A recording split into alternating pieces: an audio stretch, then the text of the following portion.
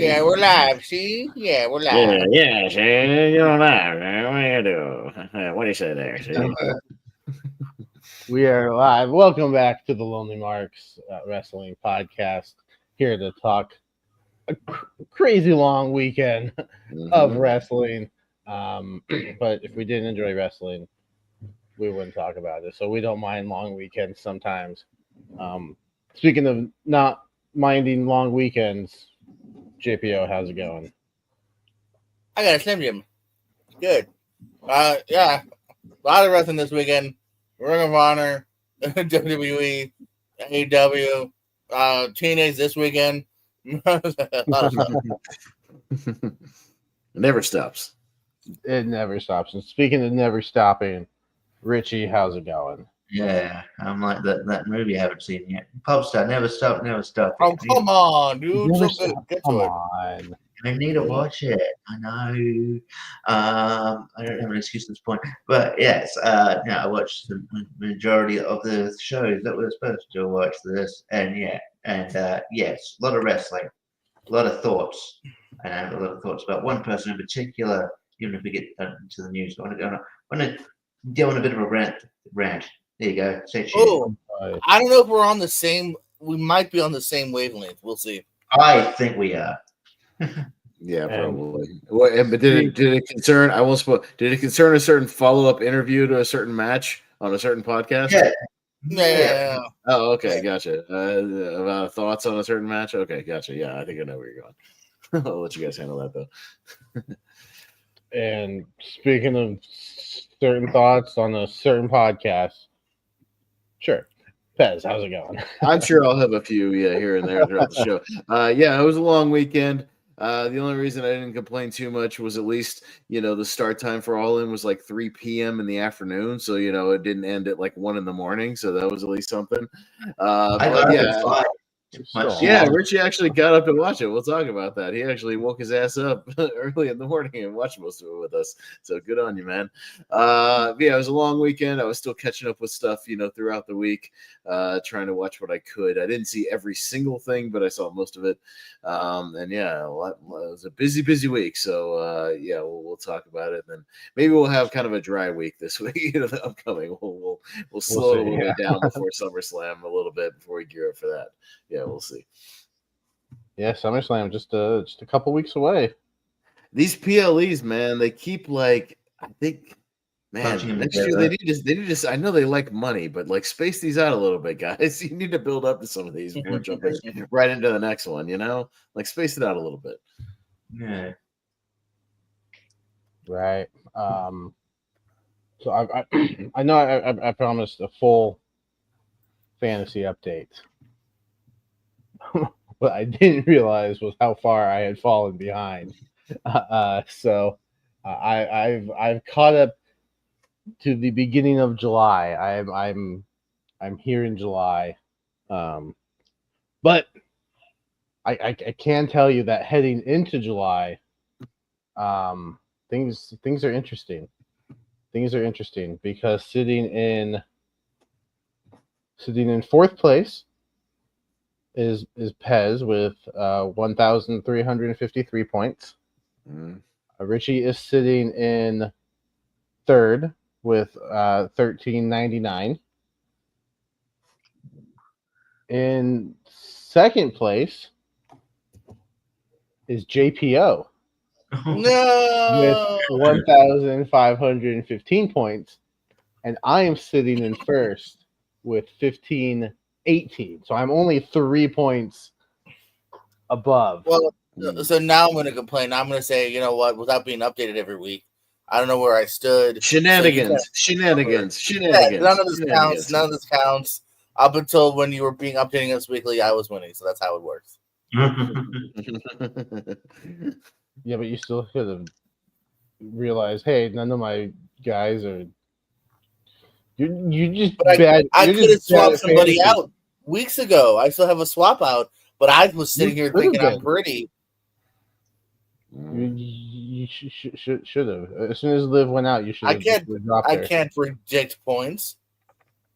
No, I'm saying as soon as Liv went out, you should have dropped her. How dare you say I should leave Liv? I'm not dumb. I stay true to my chicken tender bitches. Are you dropping Liv? Because she's not going to be back by SummerSlam, and you're the only one with the drop. I don't know who else is there. I don't know. I wish you would stop asking me at the last second. I never get to prepare for All this. right, Well, I would say I this. hate I would helping say you this. out. He has two people he could potentially drop if you have one more drop. I would say Liv Morgan is a solid one, and there are plenty of women to choose from. You also have Chad Gable, who hasn't been on TV in a while, who is out with like injuries, like right now too, as well. So you could either swap a male or a female. What's a chick that's around? Io Sky, the champion. The champion is not on a roster. I would like He's not to. on any I would like roster? to. Becky Lynch is drop also Liv not and on pick the up Io. roster. Becky I would Lynch like is to not drop- on our roster. I would The like to Intercontinental pick up Io. Yeah, I'm just saying the championship doesn't matter. I don't know which one's going to get more. That's why I was saying TV Becky's time. also Yeah, that's up to available. you. Okay, you want to take you? Okay. Fair enough. I'll say You could have take technically the world also- champion. You can't now, but you could have gone. I will drop Chad Gable for El Grande Americano because it's a little bit guys. No. Yeah, that's stupid, Richie. Oh, but because I dropped, you know. I wouldn't have done that. Well, Nah, unfortunately, that's- it may hurt Yeah. that Rollins may or may not be injured as well right now, which doesn't help. Yeah, but I mean, looking at that too, like, because It could be a bit of an angle and a work. It could be a work. I don't think it is, but at the same time, like, I don't think he would have had a match until SummerSlam anyway. So he's not. I don't think he's going to lose that many points from Rollins being out. I'm glad Drew came back. Yeah, I'll finish it. Like I said, I won't be on. Like I said off air, I will not be on the episode next week, unfortunately, but I will have it. And I know, Pez, that I've shared the document with you, so it will be the total scores will all be updated, and I'm sure JPO will be back in first place because of stupid Gunther taking the championship from Jey Uso. Yeah. And also, yeah, no, cool, JPO, cool. Actually, Seth Rollins' injury actually cost me. The rich get richer. Well, I'm not that rich right now. I meant fantasy wise. But By the way, we did 2003 and 1994. Those are the 2 years we've done for SummerSlam before. Just looked it up. what is going on with my screen? I don't know what is wrong with your screen, Jacob. I don't know. Anytime I go full screen, like, it keeps like flashing this bar, and I'm like, all right, well, I'm just not. Well, maybe if I put you full screen like this, does that fix it? No, or no? No, because when I go full screen on mine, Oh, okay. Now when you go full screen, on this, it's a okay. me thing. Yeah. It's my issue. I have to take care of me. Okay. Fair enough. Yeah, no. Where do we? Like, obviously, we have a loaded weekend to talk about. Are there any news bits that have nothing to do with any of the weekend shenanigans that we I got a couple things. bring up? All right, JPO. Yeah, let's get that out of the way. No, I just wanted to quickly. We don't have to go too much into detail. Ring of Honor had their Supercard of Honor on Friday. A decent show. Not much to really take note of. Remember how we love those interim champions? Well, they're back in Ring of Honor at least because Red Velvet couldn't defend a Ring of Honor TV title. So Mina Shirakawa is the current interim Ring of Honor Women's TV champion, and that's literally the only title that changed hands. Everything else, Bandito retained. Really good main event against Inosuke Takeshita. Dustin and Sammy in Dustin's first of 3 matches. He'd retain. Shout out to Blue Panther at 64 years old. Wrestled Lee Moriarty. So Dustin Rhodes was not the oldest wrestler this weekend. Blue Panther had a singles match at 64 years old, holding his own. I just want to talk about TNA too real quick coming out this weekend. Not only big shout out to them, the floor seats are sold out, and they're saying they're expecting the largest crowd in about over a decade. So TNA actually selling some tickets, which is cool to hear. Oh, turn off when I meant to do this. So that's kind of cool to hear. In fact, if you want, share my screen real quick. Okay, I can do that. Oh, Slammiversary, right? Is that what we're Coming up looking at? Sunday.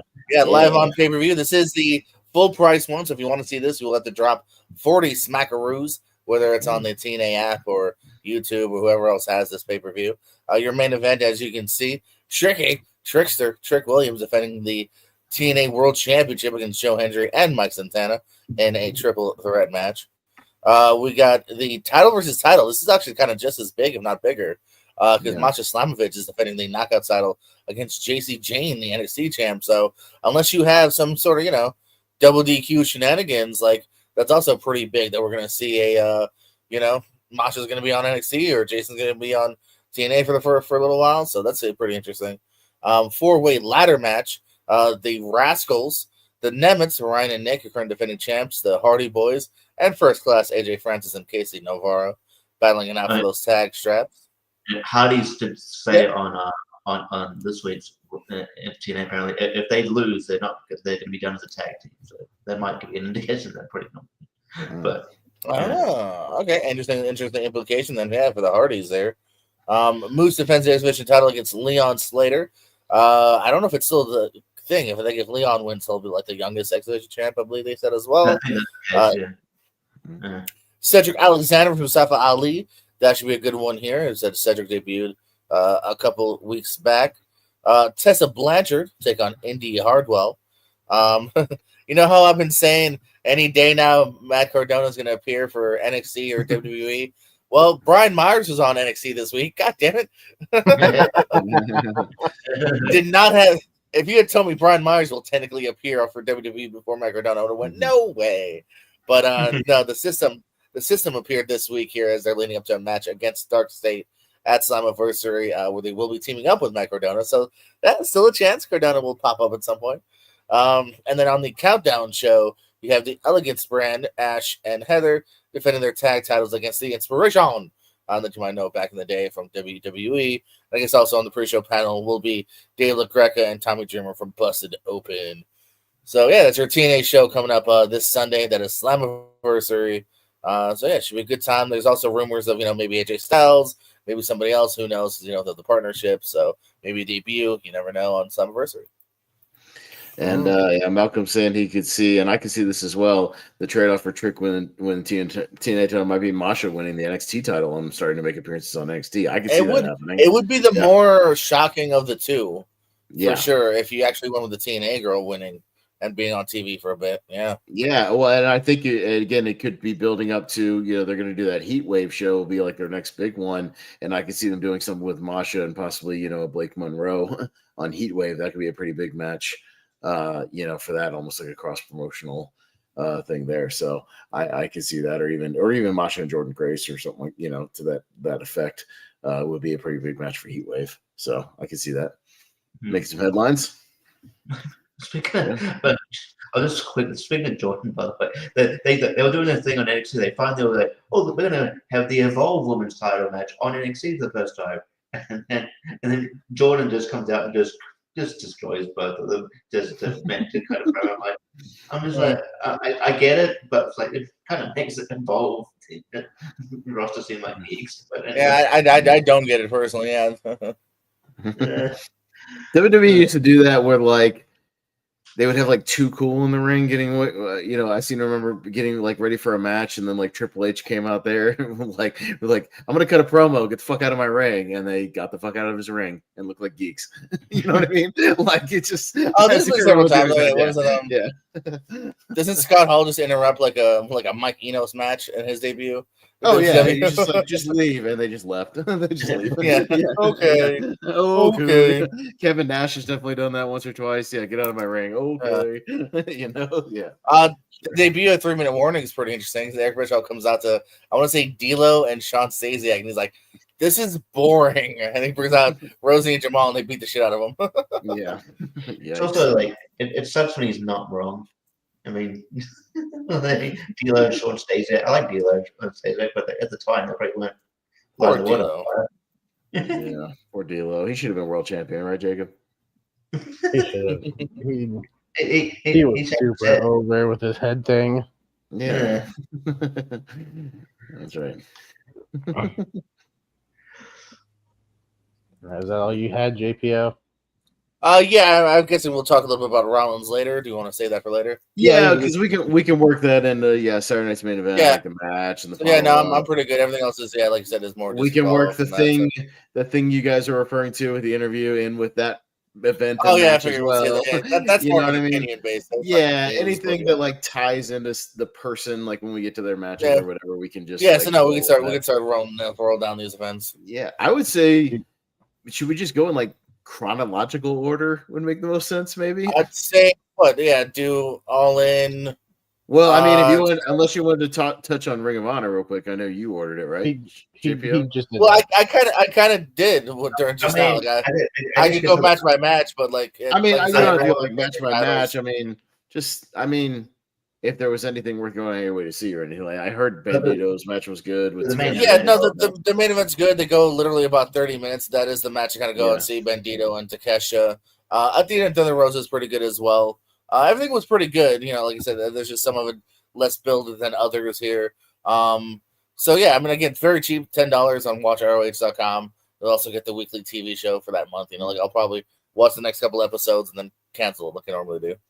Do we want to briefly touch on NXT before All In? Yeah, as well, because that was kind of just one we can just briefly touch on. Also, yeah, I mean, we probably also it, but yeah, I mean, I thought it was a good show, not one of the better ones. Like there wasn't like a blowaway match or anything like that. Like Ethan Page and Ricky Saints had a decent match, although, yeah, it's one of those things. I hope they because Jasper Troy randomly got involved, and I hope they if they're gonna make Jasper Troy seem like a big deal, he's gonna have to win a match here and there. I would have had that prediction wrong. Yeah, Javon Evans defeated Jasper Troy in the opener. Really good match actually. I dug the really good big guy, smaller guy match. But yeah, if you're gonna be a badass, you need to start winning a couple matches. And then in hindsight, when we'll get to it in Evolution, I don't know why Blake Monroe pinned JC Jane, but considering that's not the direction they're going, I'm like, why would you pin the champion? I think it also shows you that the Obafemi and Inamura match was not that great of a title match when like the random women's tag match went last. Well, and that also gives me more credence to think they might just pull the trigger on the Masha Slamovich thing and bring her over more to NXT a little bit, and like bring some cross promotion star power, and like get some fresh matches going. I think JC's going to be a fairly true, transitional champion for right now. Yeah. And it looks like they're turning, if they haven't already, but see that it's turning Josh Briggs heel. But yeah, they're doing a triple threat next week on NXT. Yeah, and the match with Ishiki was alright. Did not. It wasn't the big mean scary guy meat fest that I kind of wanted it to be. That I thought it might be. It had like shades of that, but I wanted it to be more of a big mean scary guy match than it kind of was. It just I think the ultimate in that to me, the standard is the Obafemi Josh Briggs Dijak triple threat match from that there was just like meaty goodness, that they never quite lived up to. Maybe if Oba got in there with Josh Briggs, like one-on-one, it might be a little more like that. Direction. I could see them also just because I know I shit on the guy a lot because of his gimmick. I don't have any issues like in the wrestler, but like they had a triple threat, like the breakup of the family on NXT. And I got him in, man. And Tony really got himself. I mean, he was sorry, but he got himself over to the point where I'm like, they really made a point of like the only belt he hadn't won was the major NXT one. So I'm like, I because I don't see any other people that are that over right now. Other than over, and he's beat over before. I could see them telling that story. Not that I want it, but I could see them telling that story. Of I'm gonna speak. Richie, I'm tired of you talking bad about the family. All right, so if you don't want to sleep with the fishes, maybe you start talking a little respect to the Don. All right, just saying. All right. So I mean, I could see them going that direction, but yeah, I think it might be him and Josh Briggs going for a little bit, but they need that wrestler to be like, they need someone to be like, okay, this person can be a legitimate threat to Obafemi. I don't know if they have that just yet, but yeah. Yeah, I watched like half of the show. I watched the Obafemi match, and I watched the contract signing, and I watched the Ethan Page Ricky Saints match, which was fun. That was a fun little plunder match, for what it was. Yeah. Fun little Falls Count Anywhere match. Not like an all timer or anything like that, but it was fun stuff. Crowd was into it. Had a good finish with the kind of like almost like the Razor's Edge sort of awesome bombing thing, through the tables, by the stage. That was fun. So yeah, no, it was fun.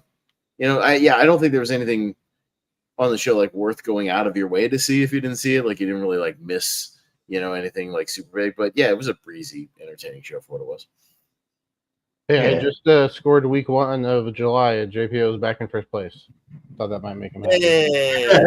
And you and Richie have you and Richie have flipped.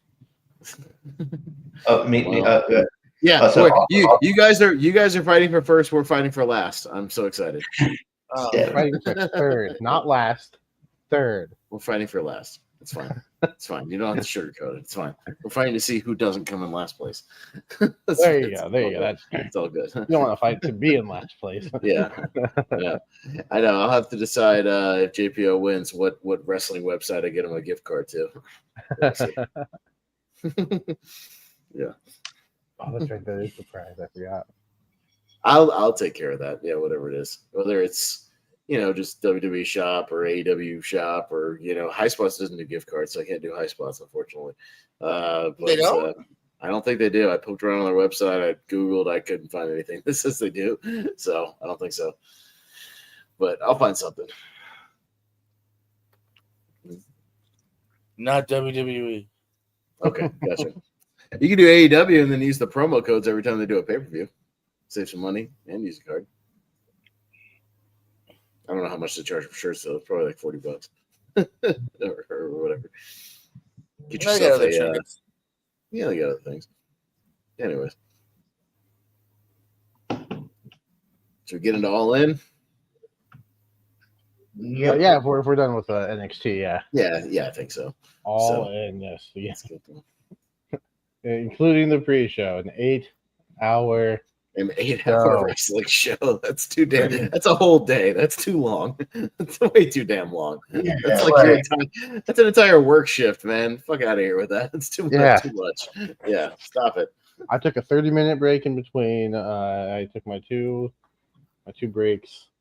Man, it was a decent show though. I enjoyed it. Yeah, as always, we had 3 pre-show matches and nothing to write home about. We had the first one was the Sons of Texas, Dustin Rhodes, Sammy Guevara, your ROH Tag Team Champions, and then Dustin Rhodes, 1/3 of the trios with Marshall and Ross Von Erich, defeating the Shane Taylor Promotions, and yeah, it was fine. I think we can all right, JPO. It was fine. One match, yeah.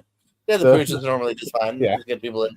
I told you guys in the private chat that it wouldn't be a pre-show without Shane Taylor Promotions, and sure enough, about a day later, they added a match with Shane Taylor Promotions. Just wouldn't feel the same. Yeah.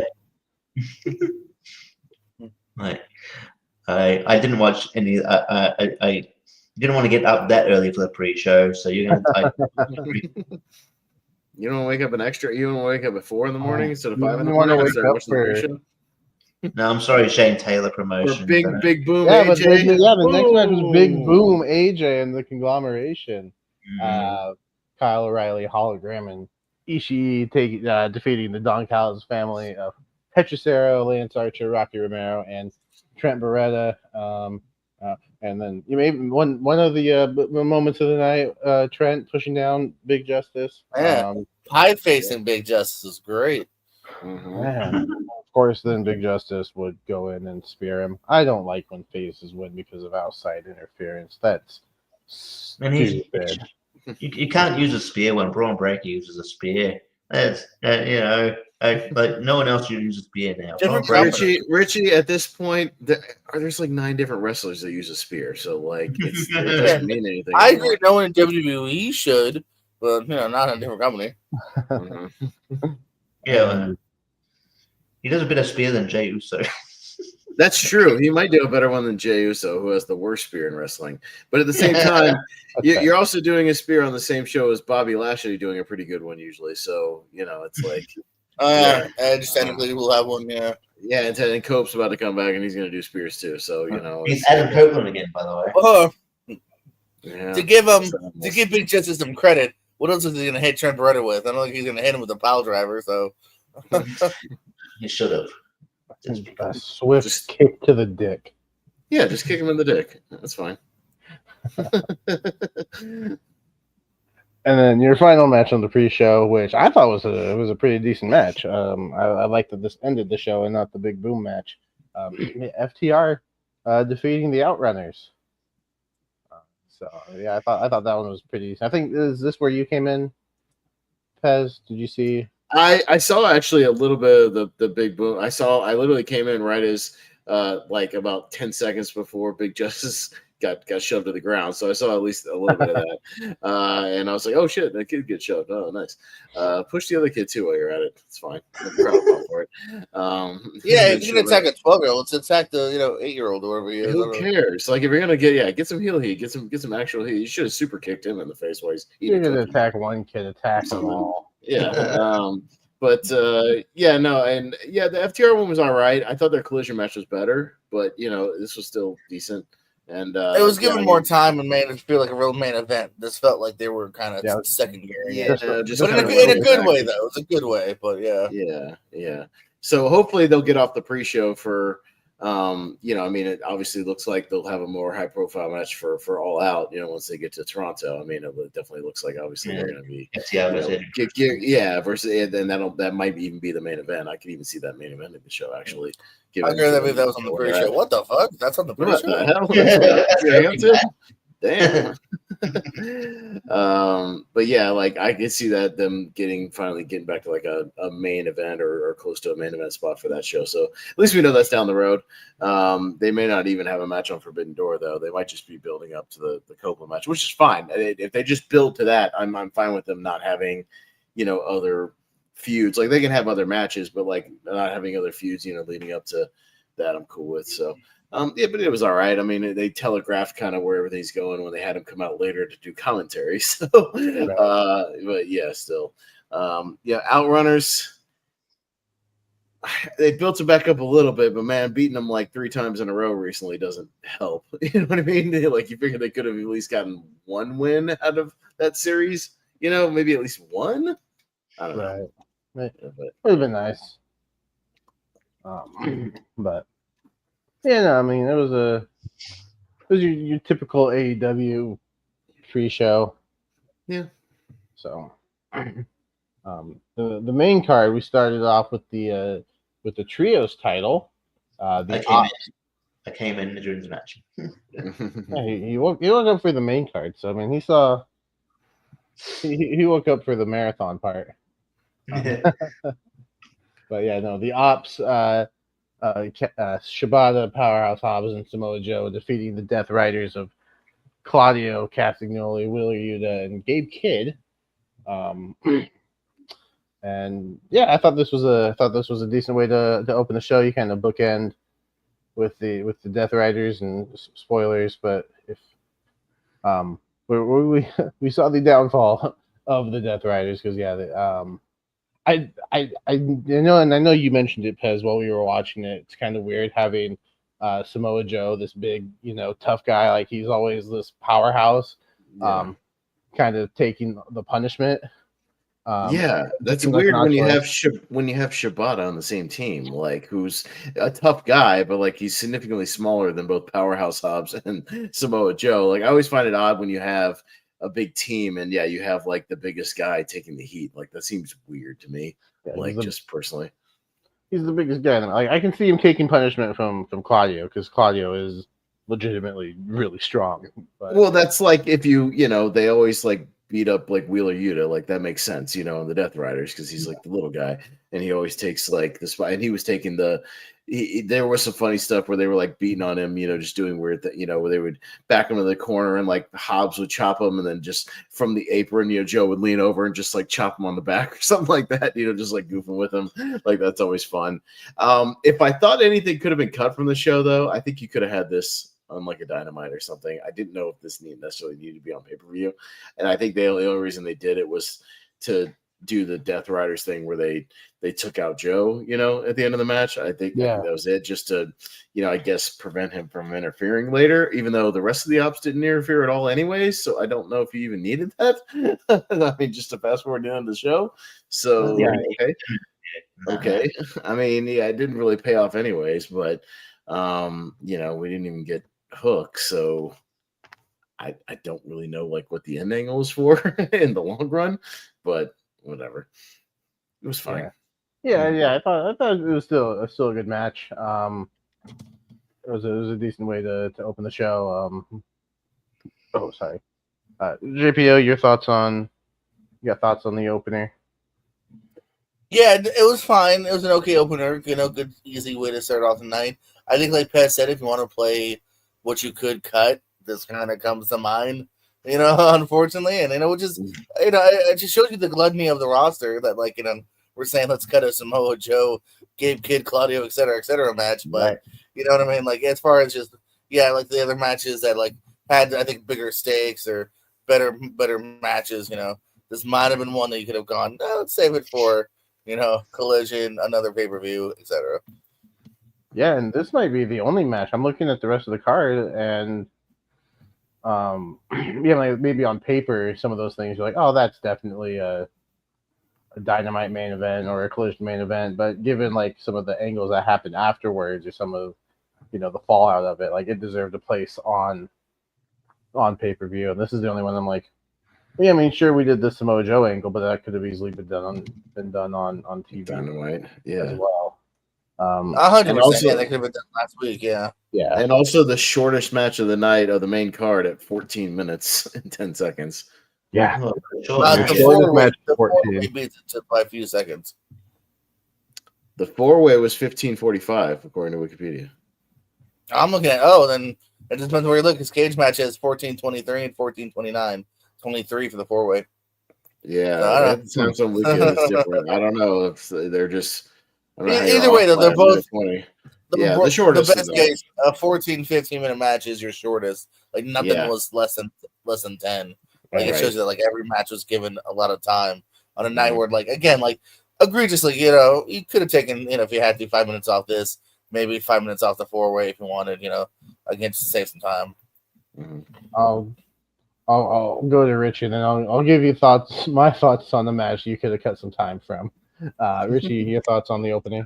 Yeah, it was fine, but yeah, you probably could have cut it. The optics of Samoa Joe taking the heat for a lot of the match is fun. It'd be like if remember when AJ and Omos were a team for a bit and the tag champions. I don't know if Omos was a babyface and That'd be fucking weird. Just be weird. But it's probably an extreme example, but it's still fun. It'll be fun. But yeah, no, I mean this match was fine. But yeah, it feels like a Dynamite Collision main event. But yeah, again, they stretched out the show so they could compete with all WWE's competition. That's what they did, and this is one of those things. And yeah, I don't know. It was a match that was good, but not blow away or anything. It was alright. Yeah. And if you want to save some time, our next match, the Casino Gauntlet, definitely could have had some time cut. We nearly and here's what I would say. 35. I don't think you needed 2 Casino Gauntlet matches on this show, period. I think you should have just had one. And I'm not saying the other one shouldn't be on pay-per-view. You could have the other one on a different pay-per-view. I would have one on All In and one on All Out, and have them like either do the, men's or women's ones here and then vice versa, do the other one at like All Out and make them seem still important to have them on pay-per-view. I'm not saying they should just be on Dynamite or anything, but maybe given the outcomes, I would have done the women's one on here because you had the Athena Texas connection with this one. Yeah. So have the women's one on this show, and also just to boost up the women a little bit more on the roster, since it was the only other women's match besides the Mercedes match, and then save the men's one for either Forbidden Door or All Out. And I would do that one because it's not like MJF is gonna cash in. I don't think he's gonna like do his little cash in anytime soon anyways. I think they're gonna stretch out the tension with the Hurt Syndicate with that. So like you could have pushed that off a month or two, and I don't think it would have made a difference, and still do that on pay-per-view. Having 2 30-plus minute gauntlet matches on this thing definitely stretches the show out 100%. You know what I mean? Like it just, and if you cut even just one of those, that significantly cuts the time down on the show. So having 2 of these is just a little too much. Too much. I think they just like that first time ever. This is the first time ever we've done two men and women's gauntlet match on the same show. But it's like, yeah, there's a reason for that, though. There's a reason for that. Why you should only do one of them on the show. Well, yeah, if you're gonna have them be this long, yes. If you can establish some rules where no, they're not random intervals, but rather every minute somebody's coming down, every 90 seconds someone's coming down, because there was a good chunk. I think there had to be a time where it was like 3 or 4 minutes between. Dude, in the women's one before the final entry, there was like a 7-minute stretch where nobody came out. 7 fucking minutes. Like I was like, dude, what are we doing? Are we done? Like it's just nobody coming out yet. Yeah, there's no set rules.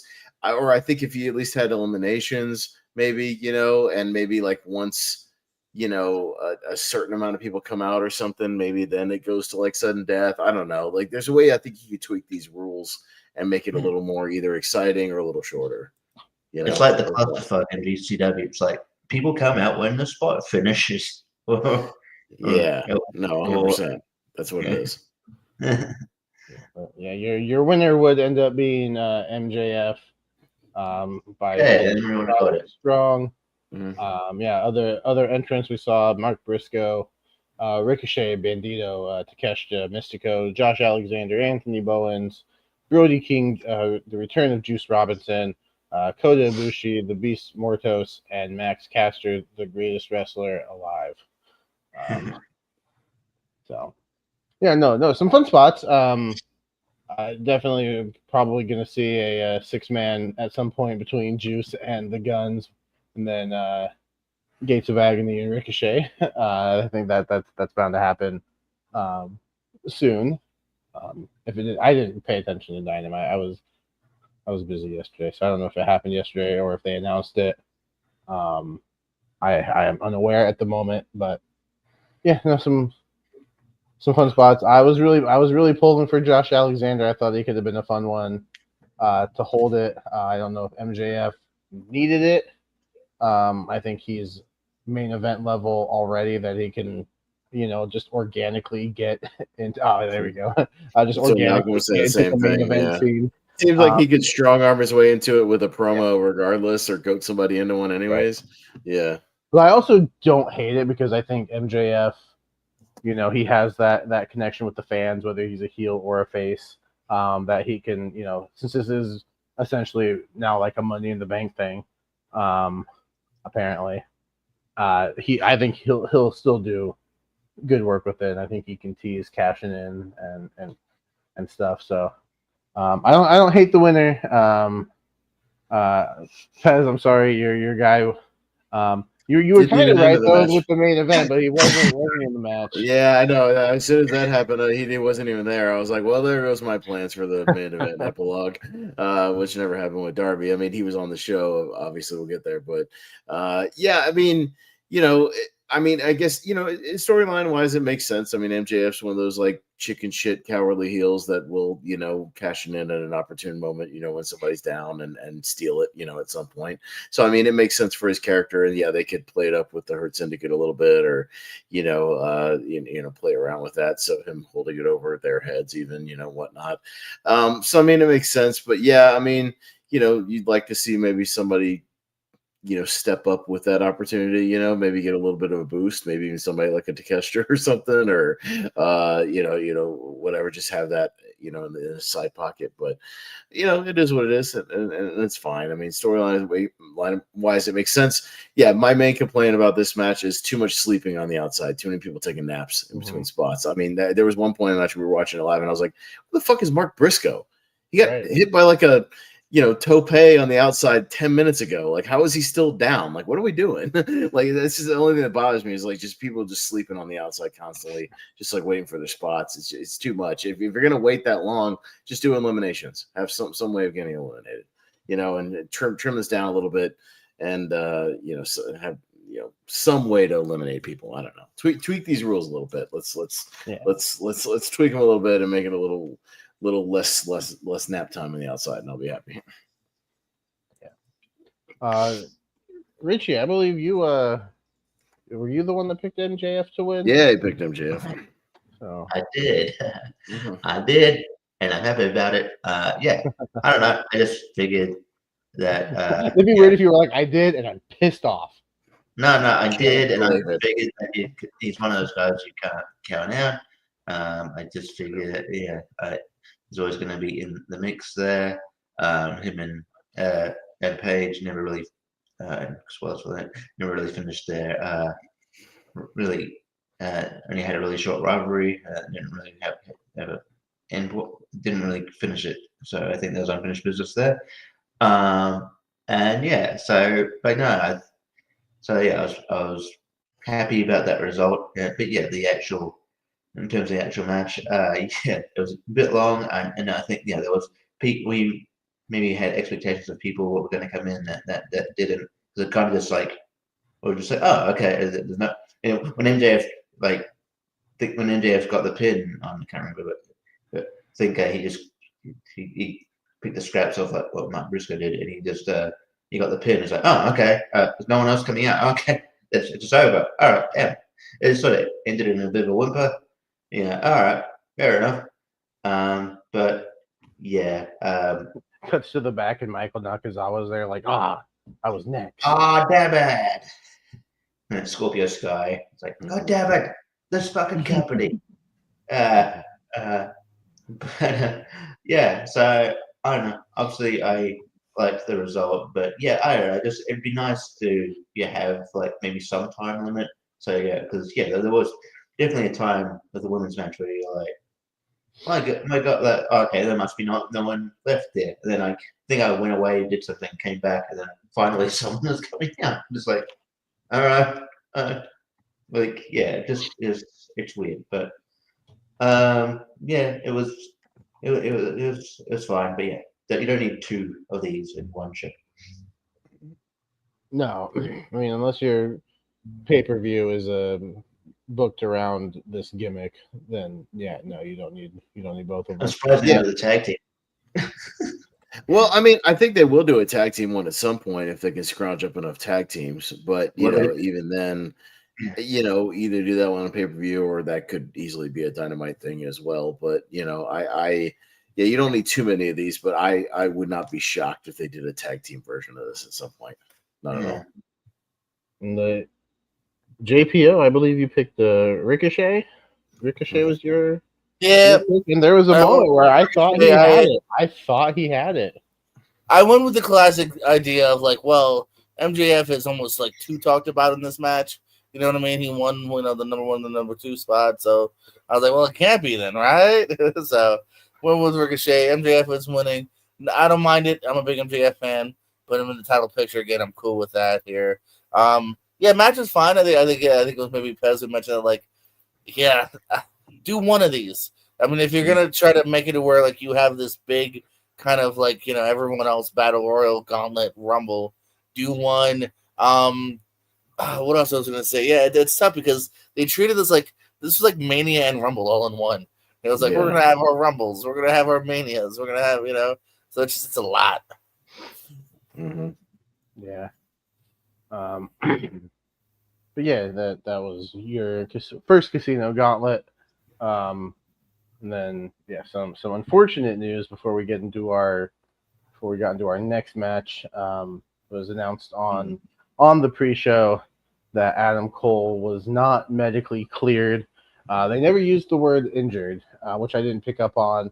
until he was cutting his promo. But it seems he was pretty emotional. Didn't want to use the word retirement, but it potentially could be if it's serious enough. So yeah, not sure.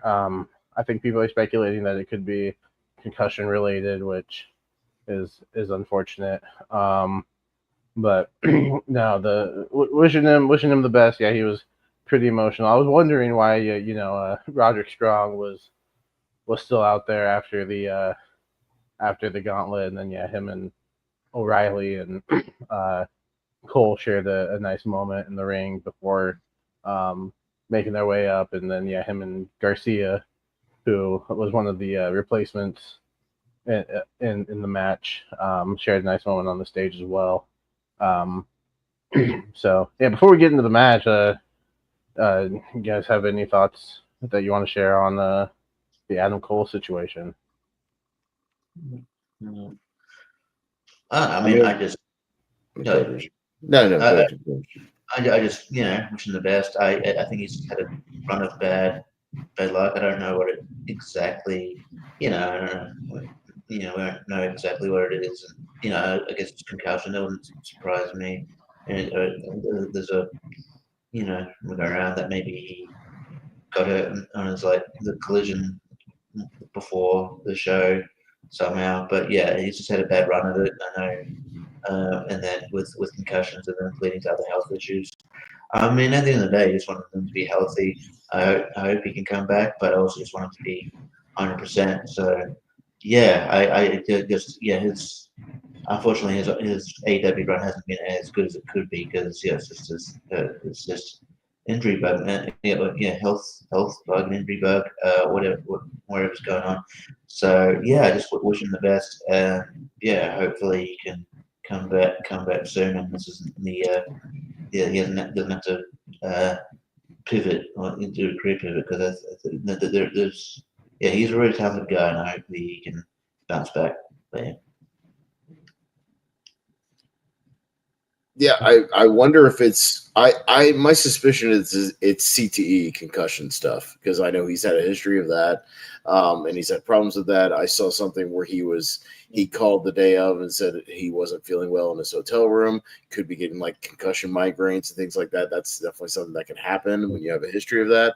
And I wonder if he then checked out a doctor that day, and if he was complaining that it could be a thing where it's like, bro, you get another one like today, like you're gonna have some serious problems. Anyway, I mean, remember, Christopher Nowinski had like a couple and it ended his career. You know what I mean? Like we know more about this stuff now, than we really did, 20, 25 years ago, and what can happen, with repeated ones, especially in a short period of time.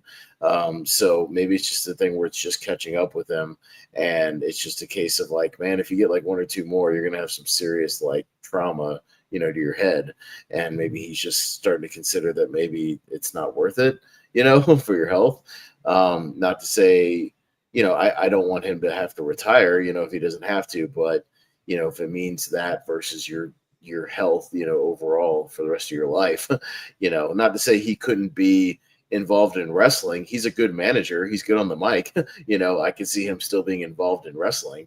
But we'll see what happens. I know he didn't say it was a retirement speech, but I have a sneaking suspicion it could be concussion related, CTE related kind of stuff. And he's still young. He's only 36.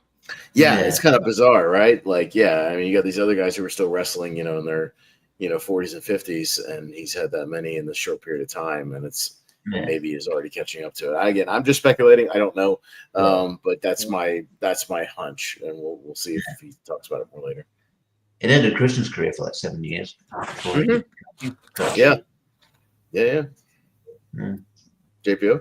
No, shout out and love to Adam Cole here. Very sad to hear, when you woke up that morning, you kind of assume in a nice way that it was, just a simple maybe injury, maybe fucked up that ankle again, who knows. And then you had to see him go on the mic and, like you said, not wanting to say the word retirement, but very much saying like it's not out of the realm of possibilities here. Because when he had, if you saw that docu-series they did very briefly on TNT, like, he was one of the focuses on an episode. and like him just not knowing, not being able to work out and whatnot. I think which has led to kind of the new body that he has. Yeah, just much love to him. It does segue into the 4-way, which again we all kind of thought, oh, of course Fletcher's gonna have it, but we actually should have realized after sad news like that, you gotta have an uplifting moment, which would Right. be Dustin Rhodes getting it instead. I mentioned in the private chat, I was like, my heart says Dustin. My head is like, no, it's going to be Right. Fletcher.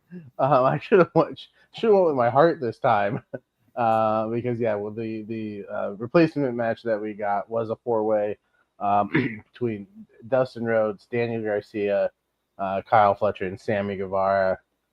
Which is the reason you didn't see much of Dustin and Sammy in that 8-man in the pre-show, which I forgot to mention it, but I did like the finish of that 8-man with all of them doing the claw and stuff. I thought it was a cool nod to Texas.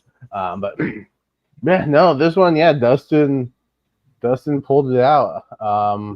I think they were smart. They Dustin and Sammy, they went at it a little bit. They realized there's a championship on the line, but they have nothing too egregious where it's like, oh, are they gonna tease the breakup of Dustin and Sammy?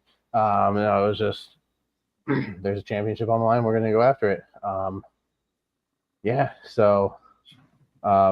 Cool moment for Dustin in Texas. I believe he had some family there too, so doing it in front of them was really cool. His first singles title in AEW, and if you would have told me at he's 56, if you would have told me that Dustin Rhodes at 56 would be not holding one title, not holding 2 titles, but 3 titles, I would have called you crazy. I am proud to share a birthday with that man. But yeah, JPO, your thoughts on the 4-way? Yeah, I think it was a tough transition live. I feel like if you actually really enough go back and rewatch it, like it flows pretty well. Everyone's trying different stuff here. It's not, like you said, well, it's not the shortest match. It's also definitely not the longest for the rest of the standard. So I think it kind of had a very unfortunate, unavoidable placement on the card, but it's actually not that bad of a match. Yeah, Richie? Yeah, it's unfortunate because the Adam Cole news kind of did definitely kill the crowd for a bit here. I don't think they really piped back up until like a bit of the way through the Ospreay match. Not even the start of the Ospreay match. So it wasn't even Ospreay initially could and Ospreay or Swerve could get them initially into the Young Bucks initially could get them into the match. So it was that was that much of a bummer. But they tried, and if you just sort of ignore the crowd noise, you rewatch it, it's probably it is a decent match. But it was cool to get his moment, and I just didn't hadn't even thought about maybe they it's probably one happy moment here. But it's cool to see it. We were joking watch Dustin lose to Kyle Fletcher on Collision, but I'm glad that doesn't seem to happen. So maybe he has okay run. I do expect maybe Kyle Fletcher to be the next champion, but we'll see what happens. But it was a fun match what it was, but I think it was hampered by just the crowd, just no crowd reaction. But they tried. They were working.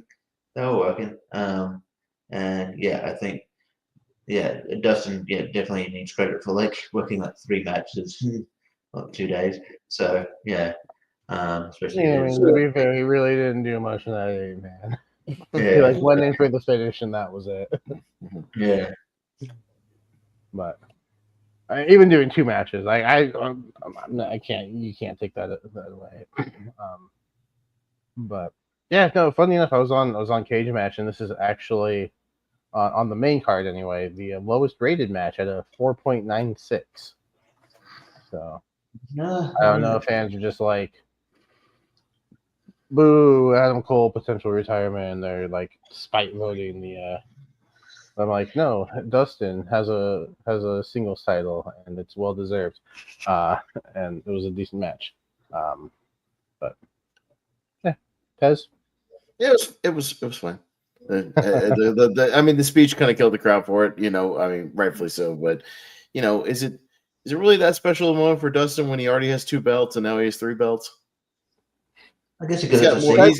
He's got more belts than he's got almost as many belts as Mercedes does. So is it really that special right now?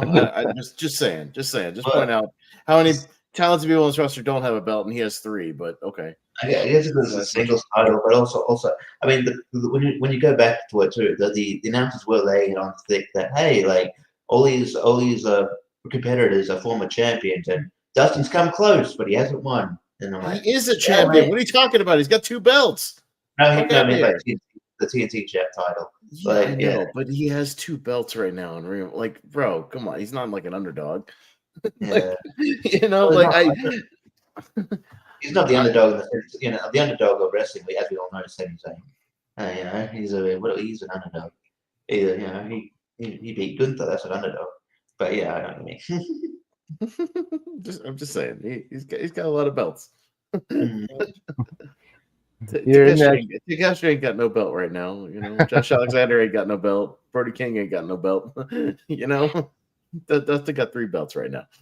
Let's spread some of those around. Only one of them is an AEW belt. I believe Josh Alexander owns a belt in Maple Leaf Pro Wrestling. Sure. No, your next match was the tag team match between Swerve and Ospreay, taking on the Young Bucks. The Young Bucks lost. They would no longer be EVPs if Ospreay and Swerve lost. They cannot challenge for the AEW World Title for 1 year. So yeah, coming.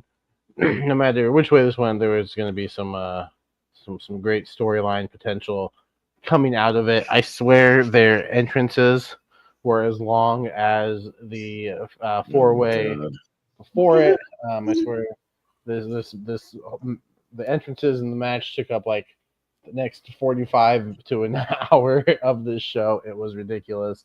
Those entrances. That's another thing. Yes. Special entrances, live performances, cool. You don't need that many though. Let's cut down on a few of them. It was cool seeing JoJo. But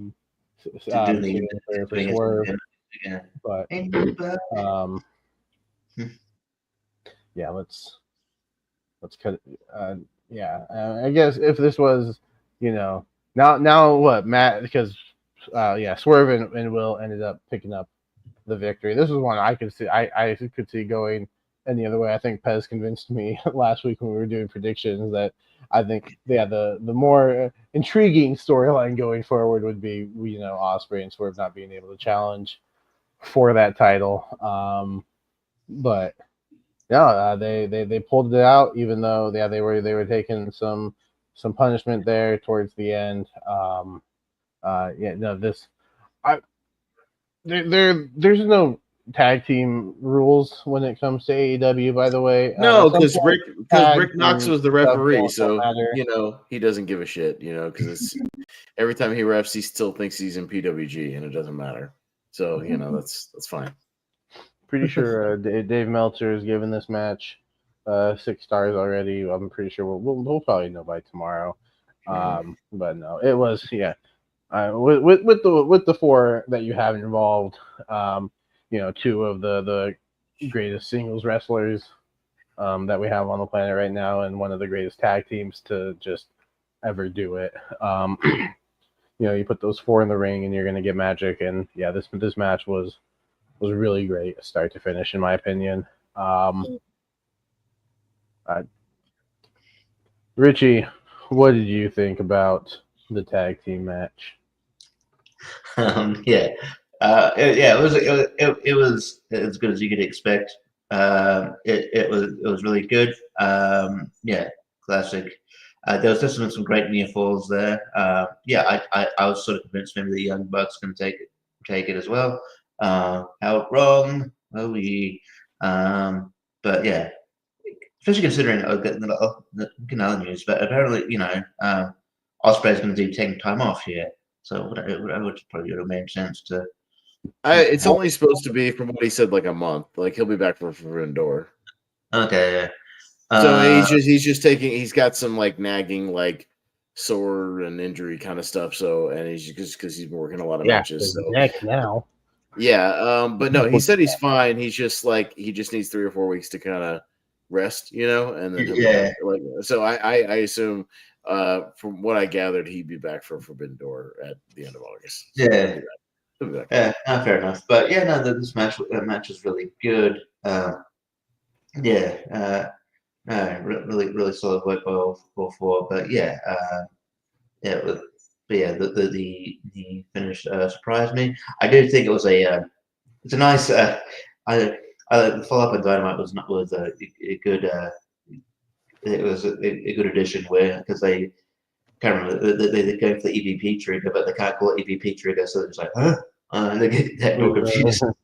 They're just like, yeah, it was it was fun. Yeah, guys.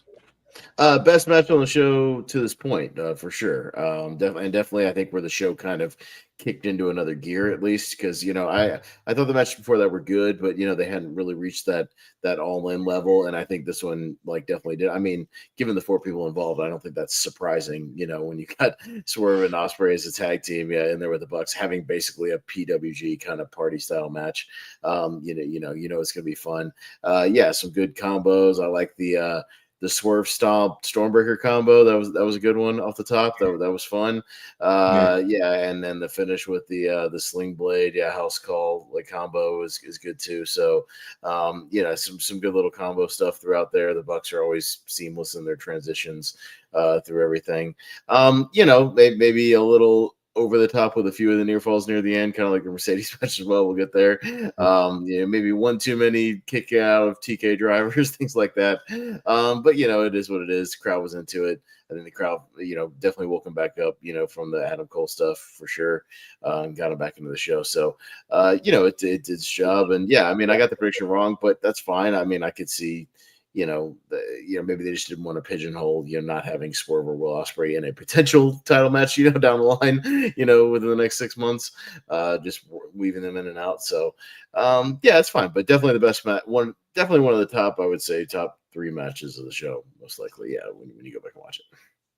Yeah, on Cage Match they have it at an 8.86 right now. So good for a second on the card.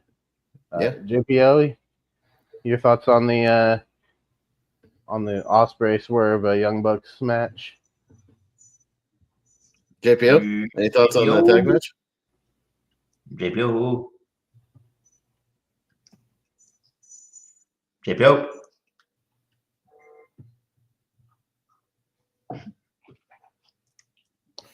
All right. So our next match, we saw the women's casino gauntlet, which was won by Athena. Yeah, we mentioned that. Yay! Athena pinning Mina Shirakawa. This time it was my pick. That wasn't even the match. Jamie. No Jamie hater. Not They even was in the being match. They was being haters, not putting her in the lineup. Man, I'll tell you what. Weren't drinking that haterade. But no, no. Athena's a good shout. I think because I think she can have a good program with Tony Storm. That could be really fun. And who knows, maybe that's down the line that could be a title for title, or if Athena ever loses the Ring of Honor women's title. That's why I thought. Like I remember looking up the results of the previous night just to see like if she got the title or not. You all right? JPL, you all right? Okay. You're good. You good? Uh-oh. Okay, never mind. All right, cool. Anyways, hope he's okay. Yeah, have a night terror. Yeah, so see what that was about. Anyways, what I was saying, I was saying that I looked up to see if Athena had dropped the Thunder Rosa, because that's why I thought she would drop it to Thunder Rosa, and then that would free her up, to just jump to the main roster, and this would be a great way to get her to jump in. But yeah, she's still got the Ring of Honor title, so I'm assuming that means she's still gonna, at least work a Ring of Honor pay-per-view or two in the future, or maybe just have a match on Dynamite or something, or one of the pay-per-views for the ROH title. But yeah, I mean, I could see them picking up, with her and Mercedes at some point, maybe fighting for a chance to go with Tony, and maybe her cashing in at some point, or turning something into a triple threat, something like that down the line. But hey, she got a good pop. I told you, Texas. I said it'd be, if they popped her in there, being the Texas girl, that would certainly get a pop out of the crowd, and it did. So, like it was still good. But again, I was getting fatigued from having two of these casino matches on the same night, because this is long as well. I do think I like this one a little bit more. I think they, I don't know, the action just seemed a little more tight for me. Yeah, the other participants included, Chris Statlander and Megan Bain, who were at 1 and 2. Willow Nightingale, Ty Mello, Thekla, Julia Hart, Queen Aminata, Mina Shirakawa, like I mentioned, Athena, your winner, Thunder Rosa, Shuri, and Alex Windsor. No Jamie Hayter, whatever. It's fine. I thought the most interesting part was like this match could go on for however long, but there were wrestlers that were coming out with other wrestlers. It's like, oh, are they not in the match? Like, you don't have spots for them? No, we just have our buddies come out and can interfere and just be a part of the match. Just do stuff. Yeah, like we saw. Mina thought she won, but no. What was it Sky Blue? Sky Blue was with Julia, right? Like, came out with Julia. Yeah, that tap out means nothing. Penelope Ford came out with Megan Bain, right? So yeah, they were all just like interfering left and right. Yeah, who cares? It makes me wonder, like, if that's the case, even though they had a match later, why didn't, to ensure that, I know he won anyways, but why didn't the Hurt Syndicate just come out and help MJF just win that match anyways? And like just come out and destroy Mark Briscoe immediately and have him pin him immediately. You know what I mean? Like, if you can do that, right? If it's no DQ, right? Yeah, why not? Oh, they were too busy getting ready for their match. Sure, but yeah, no, Athena. Yeah, so we'll see where that goes. JPO, what did you think of the women's gauntlet? Yeah, no, I mean, again, it was fine. We're our second gauntlet of the night here. I don't know if, because I was trying to think, like, it was fun seeing Juice back in the men's one here. You got quick looks at like Alex Windsor, we haven't seen much of, but I don't know. Like I said, I thought it was fine. It's technically a good match. Technically, yeah. Mm-hmm. Pez. Oh, I already kind of got my thoughts. So go, Richie. Yeah, Richie. Yeah, it was decent. It's weird because it was like the opposite on just I'll get to you, man. It's just like we'll get to your thoughts in a minute, doggy, in the background. Yeah. I refer to evolution. When you're talking about evolution, I'm a woman. Anyway, but I would say it's the opposite of evolution, because I thought it was funny during their battle where I think the announcer Chelsea Green was accompanied by the Secret Herbers, but they're actually in the match. So it's like be accompanied by my girl said the same thing. She was like, weren't they on the graphic for the match? Aren't they in it? Or are they just out there?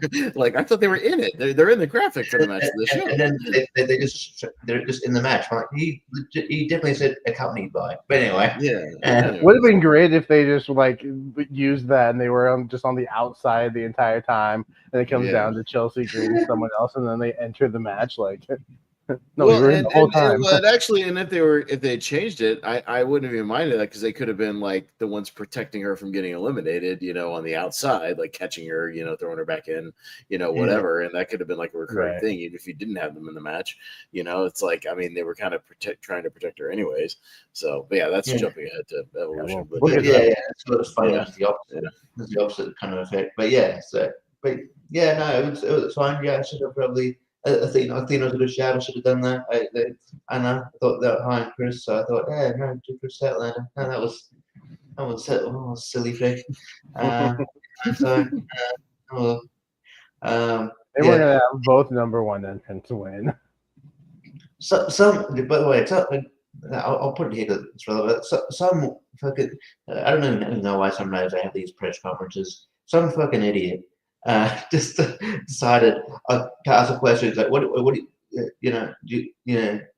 what do you feel about the other guy in another company, that Bill guy having his retirement match in another company? It's like, she's just like, who? And then just, it's like, I don't care about that. I'm like, why would you ask that question? I don't know. You got one question to ask, like I don't know. I just think you ask about the other company. Yeah, why? So, Who cares? you shouldn't ask any more questions. But yeah, no, but this, it was fine. Yeah, do one battle royal on a show, not two. But yeah, this was the one I would have kept. I would have kept this just because, again, my only point was that it would have been at least been another women's match, because other than this, we only had the main one, Mercedes and Tony, and then you could save the men's one, for a pay-per-view down the line, or you could have added a double or nothing where it would make sense with the casino thing. You could have done that at the previous one, and just already had that and have that looming thing with MJF over this match already, if you'd done that. Yeah. At this point, I believe we're 3.5 hours into the show, and we're just halfway through the main card. Yeah, I think it was at this point I realized, I think when we were watching it, I was like, oh shit, we got 4 matches left, and 2 of them are definitely going like 30 plus minutes. And I started to settle in. I was like, oh boy, we're going to be here for like another 2.5 hours, aren't we? I was like, oh boy. It's like shit. I was like, there's no way those 3 triple main event matches aren't going like 30 minutes a pop, like minimum, plus entrances, plus whatever. I was like, oh boy, settle in. Triple main event, one of our favorite phrases. Oh yeah, of course. In wrestling. Yes. But before we got to that triple main event, we had a World Tag Team Championship match featuring FTR on commentary. It was a 3-way tag team match between the Hurt Syndicate, your champions, defeating Jet Speed of Kevin Knight and Speedball Mike Bailey. In the Patriarchy, Christian Cage and Nick Wayne, probably their longest. And it helps that there's another team involved, but nearly 20 minutes. I think the Hurt Syndicate's defenses have all been between 10 and 15, so a little bit of a longer match for them. I like the team of I haven't been watching AEW weekly as much as I would like to, so this was kind of my first viewing of Kevin Knight and Speedball as a team, and I like them. They can be fun. Do I ever see them winning the tag team titles? I don't know. They can be fun when they're not acting like geeks and trying to pick on 4-on-2 fights and losing like morons to people much larger than them. I could see them getting like a 3-month reign, maybe. Maybe a transition, being transitional champions, unfortunately. But no, and then so some decent action. I think Shelton Benjamin is just great. It doesn't even German suplex Bailey outside of the ring. I'm like, holy shit! It doesn't even look like he's slowed down. How old is he? He's like in 46 or something. He's in his 40s or something. Yeah, 50. something. He's like 50. That. He's 50. He just turned 58 days ago. Dude, can you see him looking like Dustin Rhodes in 6 years? Like, no fucking way. He's 6 years younger than Dustin Rhodes, and he looks like he's 30. And he moves like he could still, be active in 15 years. Yeah. Like, dude is incredible. Dude, I would, if I was putting together a wrestling promotion, I would hire him immediately. Like, he Yeah. would immediately be one of the guys I would hire, like, now. You know what I mean? Like, yeah, that dude is a freak. Him and Lashley are both freaks of nature. My God, Lashley hasn't launched a damn step either. He looks exactly. Wow. Looks Yeah, like he's 50 as well, almost. Really, he's like 40. Jesus. Yeah, these guys are. They're such a good team. I'm so glad that AEW picked them up and put them back together. Because I'm really loving this tag team run. Yeah, and then the aftermath we saw. So yeah, the Hurt Syndicate retained. And then the aftermath we saw Nick Wayne turn on Christian, which is somehow, even though Christian has been the one abusing him, this is going to turn into Christian turning face because wrestling. I would love to if it just went the other way and Adam Copeland turned heel with Christian, and just kind of like swerve us all, but I don't think that's going to happen. They want Edge and Christian to be cheered in their final run. But yeah, no, Cope returned with Spike after he pulled a Jeff Hardy. Although this time I'm like, it doesn't matter. My thing is, is he there to save Christian, or is he there to get revenge? Technically, he wasn't really there to save Christian because he didn't immediately embrace him and join up with him. So you could make the excuse that he wasn't really there to necessarily save him. They could have put a beating on him and it wouldn't change what he said, or what he did, because it's not like he stood up and hugged him or anything like that. He just told him to go find himself, which is a throwback to Christian saying go fuck yourself. But yeah, I like that they didn't immediately jump to the conclusion, because I think they'll save maybe them finally embracing to the week or two before All Out, you know what I mean? Right before the match, sort of a thing.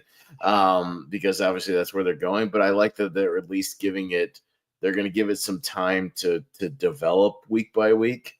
You know what I mean? They didn't just immediately jump to conclusion, because there needs to be promos, interactions, there needs to be a build up there needs to be a story told, as to the eventual turn, you know what I mean? And the why, that sort of thing. So at least they're giving it some time and doing it kind of in advance, because that's going to be the All Out match. So, in Toronto, that makes sense. So, that's what they're gunning for 100%. So, yeah, they got some time for that. They got 2 months, month and a half, 2 months, whatever it is. Yeah, something like that. So they got some time to stretch it out a little bit and develop it for sure. Yeah, so they have Forbidden Door next, which is August 24th or something like that. Yeah, and All then In. Oh no, sorry, not All In. They don't. It doesn't look like they have it. Oh, there it is. All Out. All Out. September 20th. So yeah, couple months out. Yeah, you got time to build it up, and they need to do that for sure for the story and tell the story to where it's a big moment when they do, announce the match and then have the match. You need to properly build that up and not just jump right into it and shotgun it. Right. Now, what were your thoughts on the three-way? It was good enough overall. I should have gone with my head and said the Hurt Syndicate, because until they lose, I should just bet on them forever, until they actually lose those things. I just thought with the three-way was intriguing because you could have taken the titles off of them without, pinning them or, doing like that and then play around with it a little bit. But, I knew Nick Wayne was going to turn. I just thought maybe he would turn while they had the titles or after they lose them or something, not just right before, but it's fine. I mean, they need to freshen up the storyline anyways. And I knew the Christian and Copeland thing was coming at some point. So you might as well, just get that out of the way and just move on. I guess they were already calling themselves the matriarchy now under Mother Wayne.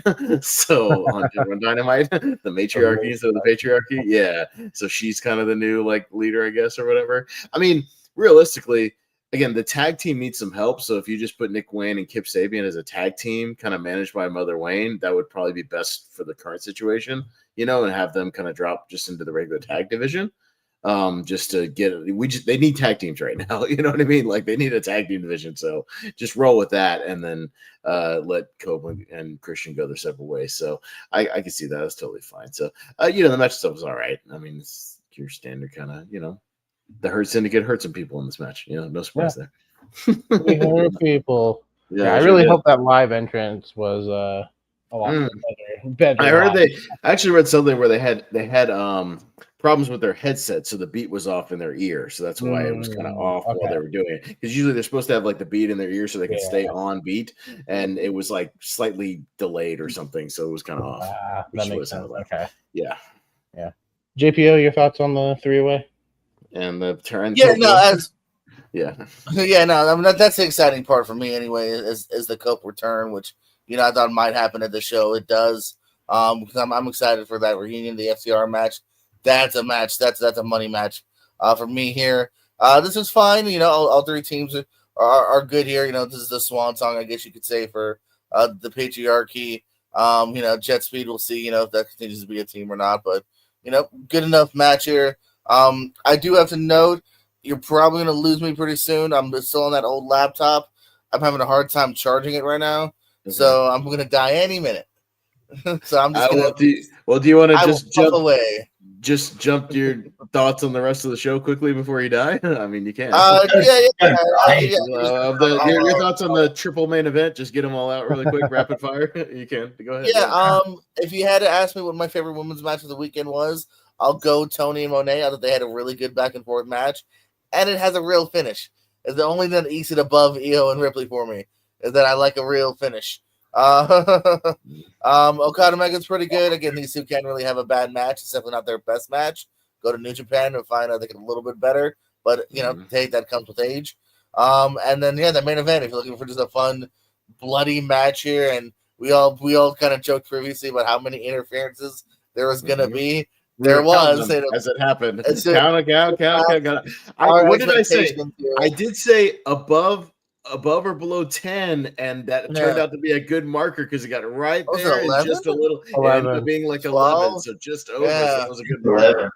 Yes. And yes. I agreed with you. I said 9. I said we're going to have 4 heels, 4 faces. It's kind of what I thought, and maybe one more. But, we'll get we'll see if Danielson comes back. That's going to be interesting to keep track of. We got Darby back now. He's the new Sting. Just jumping from rafters. And we got a really good match, and we got a champ, and we got to see the title. Yay! Finally, 10 months. The nightmare's over. Yes. Oh, and then also just real quick too, Richie can do way more than me later, but Goldberg, just fucking be happy. God, you're old and curmudgeon.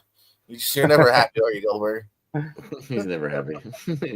No. He's complaining. But yeah, we'll talk more about that for sure, because I saw some of it too. Is this your laptop you just put in the shop that's going dead, or is it your old one? No, I still don't have my new laptop. This is my old laptop that I gave up on like months ago.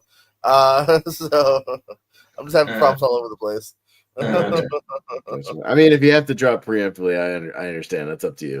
No, it's showing me the hazard, like you're dying.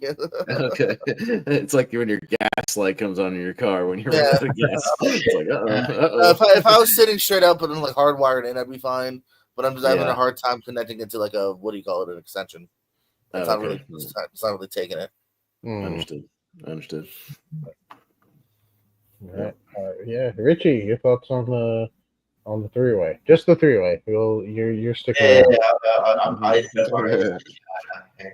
Even though there's someone who keeps wanting food that would like me to get up. One of these days, I will, open a can of dog food without cutting myself. Today's not the day. But anyway, but yeah, the 3-way is fine. I think I heard Piers say I shouldn't bet against the Hurt Business. Hurt Syndicate, Hurt Business, whatever you put. But because they're going to win until they lose. They're just going to be the favorites here. But there's JPO's laptop going. That's probably him getting losing his connection. That's all right. Sorry, JPO. Hi, JPO. We hardly knew he. But it had some great spots here. Like I wish they built up Jet Speed more so that I could could see them as a believable team to actually win the match. But no, they were unfortunately the geeks. But yeah, that German suplex I mentioned was amazing. I don't think Shelton Benjamin or well, actually, for that matter, a human. I know they say black don't crack, but my God, that is they. I mean, it is pretty true, but my God, are they? We got to find out what them two and Ron Killings are all drinking on the side, or what supplements they're taking. What the fuck are they doing? Yeah, I don't know. No. Don't go with that. She's almost 70. And then you go back and watch NWA from like 88, and you see these guys that are like, you find out they're like 38 and they look 57. You know what I mean? Like, you know what I mean? Like somebody like Ole Anderson will look like he's in his, Arn Anderson looks like he's in his 40s, but he's 29. You find out that like Shelton Benjamin's 50 and he looks 30. You know what I mean? Like, I don't know what's going on. So wait, I don't know if you look back at like old WCW, like Teddy Long looks older there than he did when he was general manager. Yeah, it's weird. Like how does that aging's weird? How does that work? Yeah, but no, this the match was fine, but I don't know. Probably another. I mean, if it wasn't for the angle, I would also say you could probably put this on. You could probably put this on. It was on for the angle. They had to do the Copeland thing. But if it wasn't for the angle, if Cope didn't return, I mean, you could do the turning on Christian match, on Dynamite. You could do that, but like, do you guys think, since we're obviously leading, to FTR versus Edge and Christian, what chance do you give that main eventing All Out since it's in Canada? I actually think it will, just because of the name value, the reunion, and the fact that it's in Toronto. No matter if it's for a title or no title, whatever, I don't think that matters, because I think you could easily have. They've done other shows where something else was the thing besides the world title. I was at Revolution with the Sting final match, and the Sting's main event. Sting's match was the main event, and the Samoa Joe Swerve thing was the semi-main event or whatever. I don't think that's a problem if it's enough of a marquee thing or a big something big like that. I think Tony Khan's enough of a mark for Edge Christian. He's going to have the main event the show in Toronto, and it's totally fine. And I wouldn't complain about that. That's totally fine. And they've main evented with the tag title before, and the main event. The main event, I think, that they usually smart enough to do this main event with the thing that's got the most, maybe hype around it. So they may have FTR take the titles before then too. You had them have interactions with the Hurt Syndicate when they were on commentary. So I think they're angling towards that may be a Forbidden Door match that could be, like have that, happen at Forbidden Door, and then have them take the titles there and then make it to where that match eventually becomes a tag title match. I could see that happening. And maybe Edge and Christian win the tag titles and retire with the tag titles. I don't know. I could definitely see it happening. I mean, obviously with Canada, you want Kenny Omega to have a prominent position as well. But I think with the idea of Edge and Christian being a tag team for the first time in a long time, you'd want that, to main event over Kenny Omega or anything like that. But I would say it's a good chance. It's a decent chance at main events.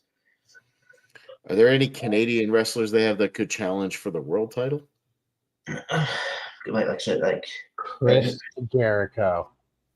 Bring back Jericho. Returning Jericho. I mean, I wouldn't be against that either, because then that's like, well, we've seen it, and that doesn't have to be a main event. The thing that Jacob wanted, Josh Alexander.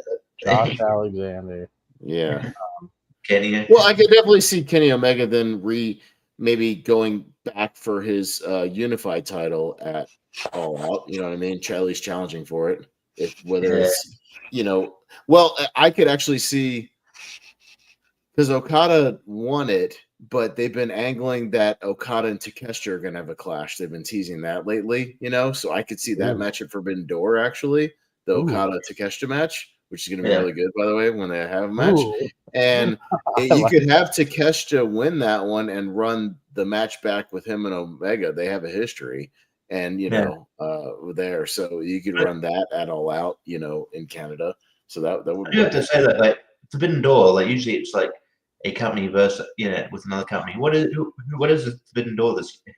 Like what I don't know if they're going to angle it to say it's like CMLL this year or what, or if they're stuck with the name now, so they can't change I feel it. like they kind of already did the CML thing with the Mexico show. I know. So Still yeah, being I don't billed think it as is a thing. with New Japan. But yeah, they already have all the New Japan people already working there. So They stole the New Japan talent to the point. I mean, I'm sure they will bring in a few other people, for the show, but maybe Mexico and MJF have a rematch. But they have an ongoing feud with them or thing with them anyway. So it's not really like a forbidden door anymore. Right. But whatever. Yeah, it's just a show now. It's just a pay-per-view now. So they have one match announced, and it's Hiroshi Tanahashi versus TBA. I love TBA. I love his work. Yeah, that was announced May 31st that Tanahashi would be on the show. Yeah. And given the trajectory of Forbidden Door, he's probably going to face. He'll probably face Hangman. He always wrestles for the actual title. Yeah.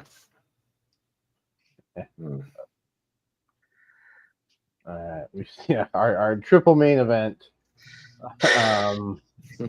First. Rich's favorite thing is triple main event. It's not a triple main event. We had Toni Storm versus Mercedes Moné. Toni Storm defending her AEW Women's World Championship in a match that they billed as the greatest women's wrestling match ever, and it's pretty close. This was really good. It was really good. I think my one qualm with it, my one problem, is the triple. What's her finish called? The Storm, whatever. Storm Zero. It was one too many. Yeah. And then her kicking out of it. That should have been your finish. Don't kick out of all. No. Good angle kick out. Yeah. But no. Say what you want about Mercedes as a character or whatever you want. She's really good in the ring. I think this match was amazing. I don't know if it's I think just because storyline wise and where the story was going, like her final match with Mariah May, I think I might still put above this. I would put that up as well, just because I was more invested in that story. In that storyline, and to me, story counts. Yeah, and this one didn't. I don't think the build up for this match was terribly great for Tony and Mercedes. I feel like Tony just kind of rested on the fact that it was Tony Khan. Rested on the fact that it was just, here's the two biggest stars in the company, and they're gonna have a match. Like he didn't really put a lot of effort into the story. You know what I mean? So I think that one, and even the Willow Chris Statlander street fight, that I might even put that one above it. I thought that was awesome. That one was really the one that stole the show. What show was it? I can't remember. I don't remember. The pay-per-views run together in my head for AEW. Whatever show that you guys know what I'm talking about. And I don't think it was the best one of the weekend. We'll talk about that. So we'll talk about that too. I wouldn't if anybody said it was, I wouldn't fight you on it. You know what I mean? It was very, very good, especially the last 5-10 minutes. It just personally wasn't mine, but I wouldn't argue with you too hard if you said if it was your favorite of the weekend, for sure. Yeah, and there was a moment where I thought the stream was going to turn X-rated. You can't show this on YouTube anymore, or wherever it was being streamed. I had it on Prime, so I would have been fine. But Tony, she's not afraid to push the envelope, and. Imagine laying that out. So I'm gonna have you in a tombstone position, and then you're gonna fight out. But in order to counter, I'm going to bury my face in your. I'm gonna bite you downstairs. Yeah. How do you even? How do you approach that? I have an idea. Hear me out. And then for her to agree to it. I'm gonna act like I'm gonna give you. Let's get a comment about that spot from Jason Bateman. It's a bold strategy, Cotton. Let's see if it pays off for him.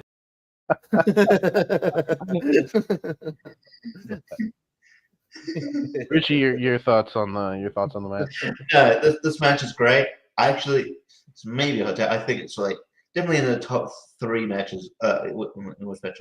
Yeah, there's 2 that the 3 are rivaling. I haven't decided which one's my favorite, but this is different. This is really, really good. Yeah, and yeah, like Tony Storm's character work is just next level. She's so fucking good. But yeah, the match itself is it was fantastic. Yeah, maybe a few too many kickouts here and there, but it's still really, really, really good. And yeah, I'm if if if Mercedes went over here, that would have been fine. Yeah, like there's been I think at the start of her run it was a bit rocky. I think she was probably maybe she's paired with people she didn't have a lot of in-ring chemistry with, and they weren't as matches weren't as great as they could have been. But I think in the last few months, I think she's definitely shown why she's one of the best. Probably an argument for one of the best full-time women as far as Mercedes and Tony. When she's paired with the right people, it can really click. And I think we've seen that kind of the Sasha Banks of old. So yeah, it's fantastic, and yeah, the Storms are at the top. Off the top was amazing, and yeah, I'm looking forward to. Definitely looking forward to Athena versus Tony Storm. I'm assuming that's going because I guess there's nothing to suggest that she can't go for the TBS title, but I don't know why you would when you can go to the main title. She wants that Rev Pro title that Mercedes has. Yeah, you could go. She wants she's got a title from Austria too. She might want that. Yeah, she wants the New Japan TV Strong whatever fuck title she says. Yeah. So but yeah, no, I'm looking forward to that match. But yeah, it'd be cool if they because I do like storytelling as well. So I'd love if they did I think that's Tony's sort of strength as well. So hopefully they get back to really good storytelling with Tony. I think there's a lot you can tell with maybe her and Athena, not just like, hey, I'm one of the best women. I'm one of the best women. I know sometimes it's just like wacky storytelling. That's why I think I like the Mariah May one a bit better than this, but it's still really good. Yeah. So. Yeah, I'm just glad. Yeah, Mercedes only has 6 belts instead of 7. Loser. Yeah, what a loser.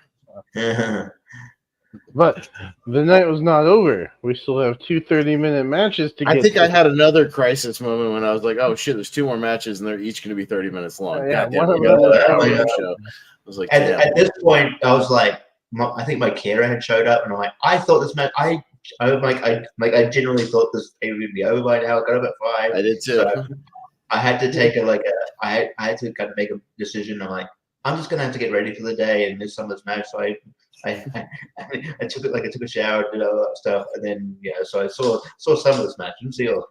We started the show, and I was like, because the sun doesn't go down until like 8:30 p.m. here, and I was like, oh, the show definitely over. The sun will still be out, and I was incorrect.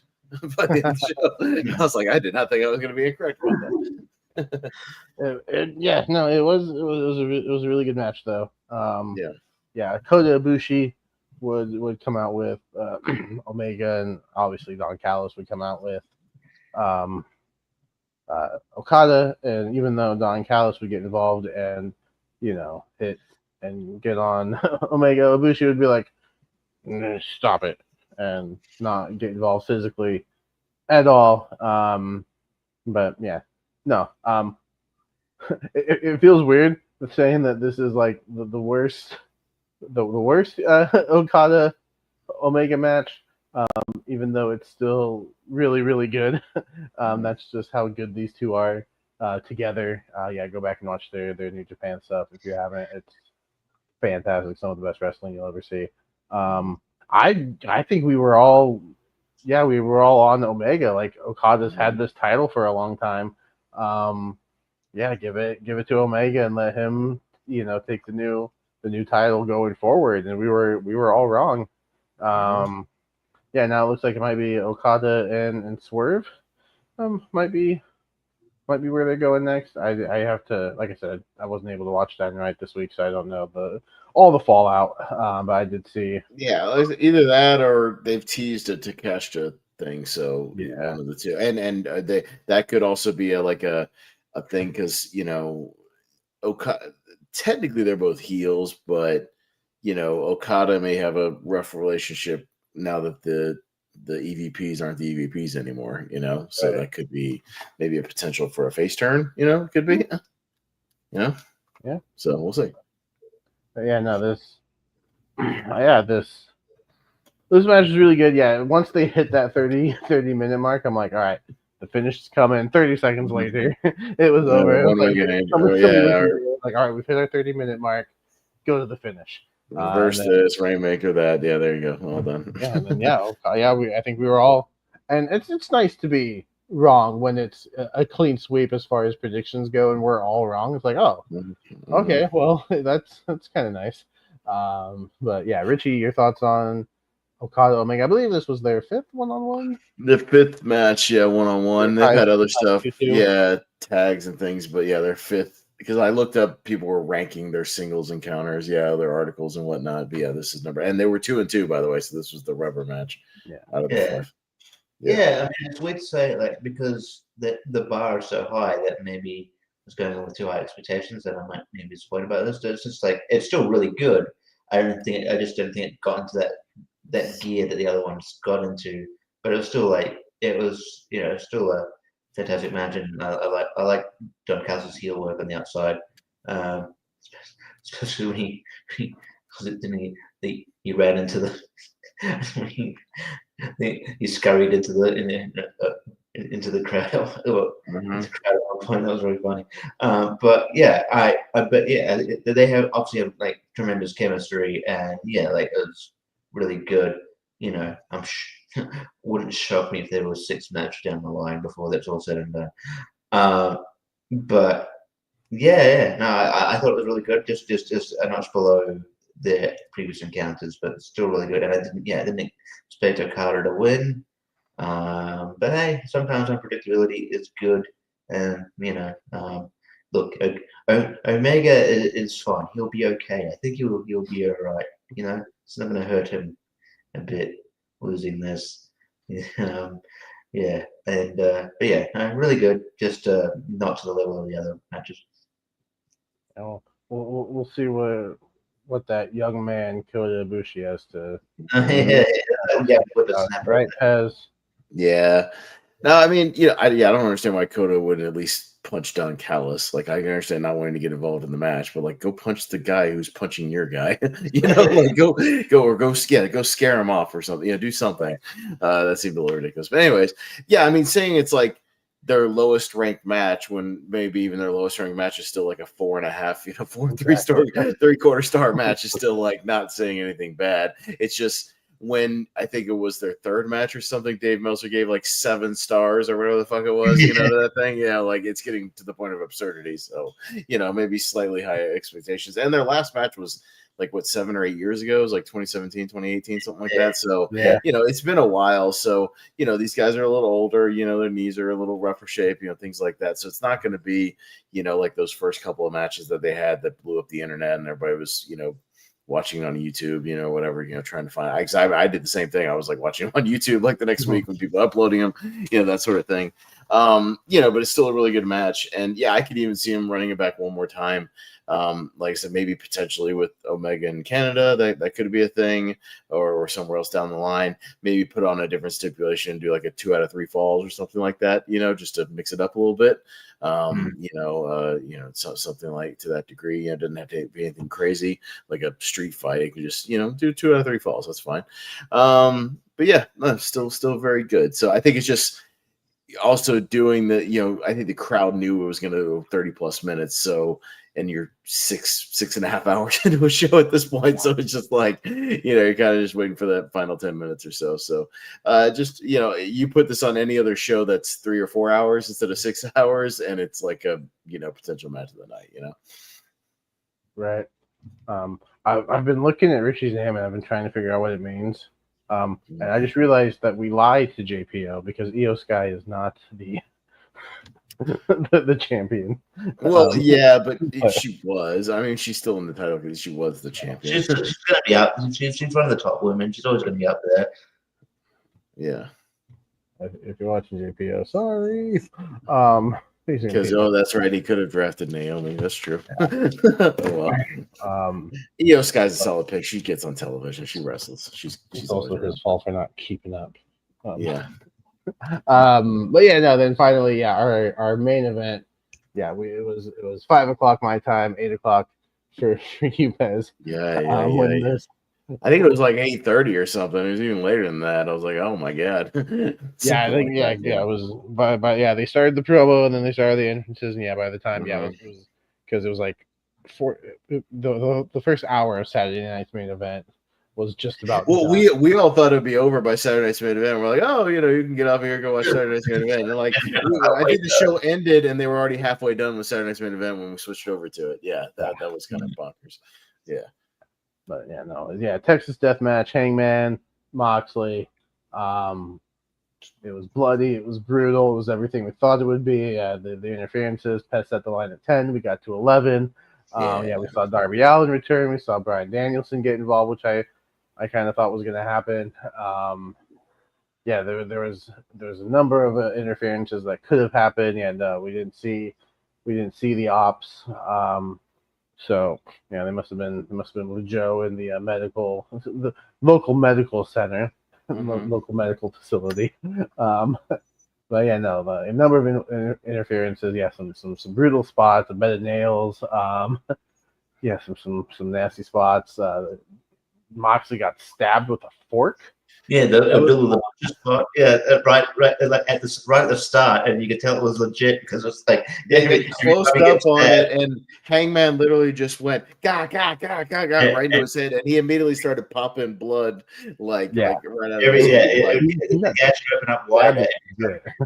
Yeah, I was like, oh my god, this is just. And 100% that was Moxley's idea. He's like, I'm gonna get color, just do it the hard way. Just stab me with a fork a couple times. Just get out of the way. Yeah. I'm not bleeding. You are. You're gonna do it for me.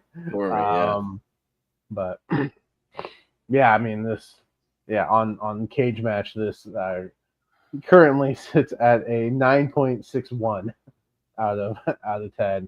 I think people really dug this. Yeah, the interferences.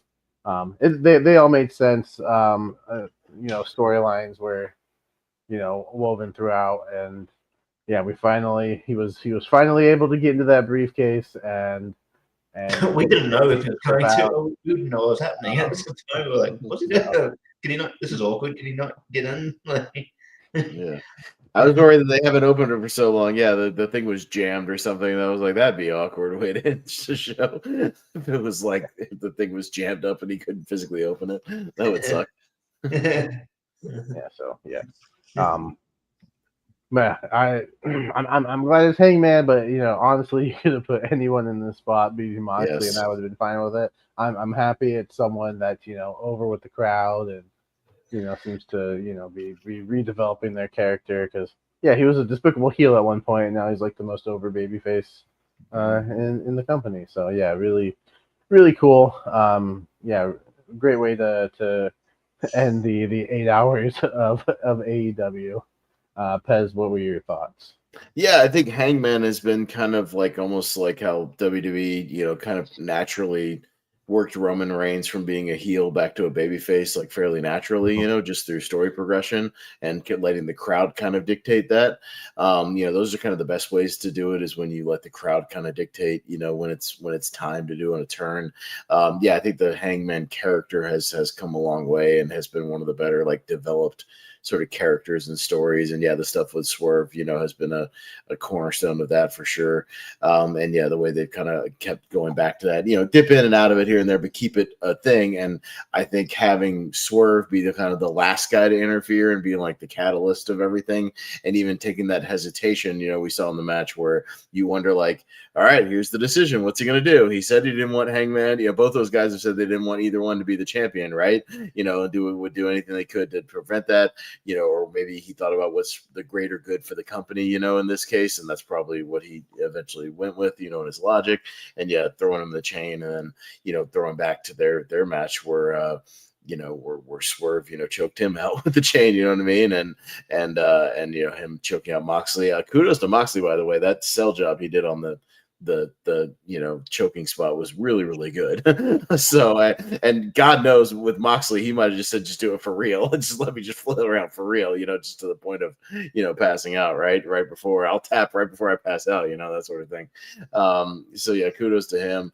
It was a great like climax of the match. And again, the Swerve stuff made sense storyline wise for him to be the kind of like, final person in the way of him either winning or not winning.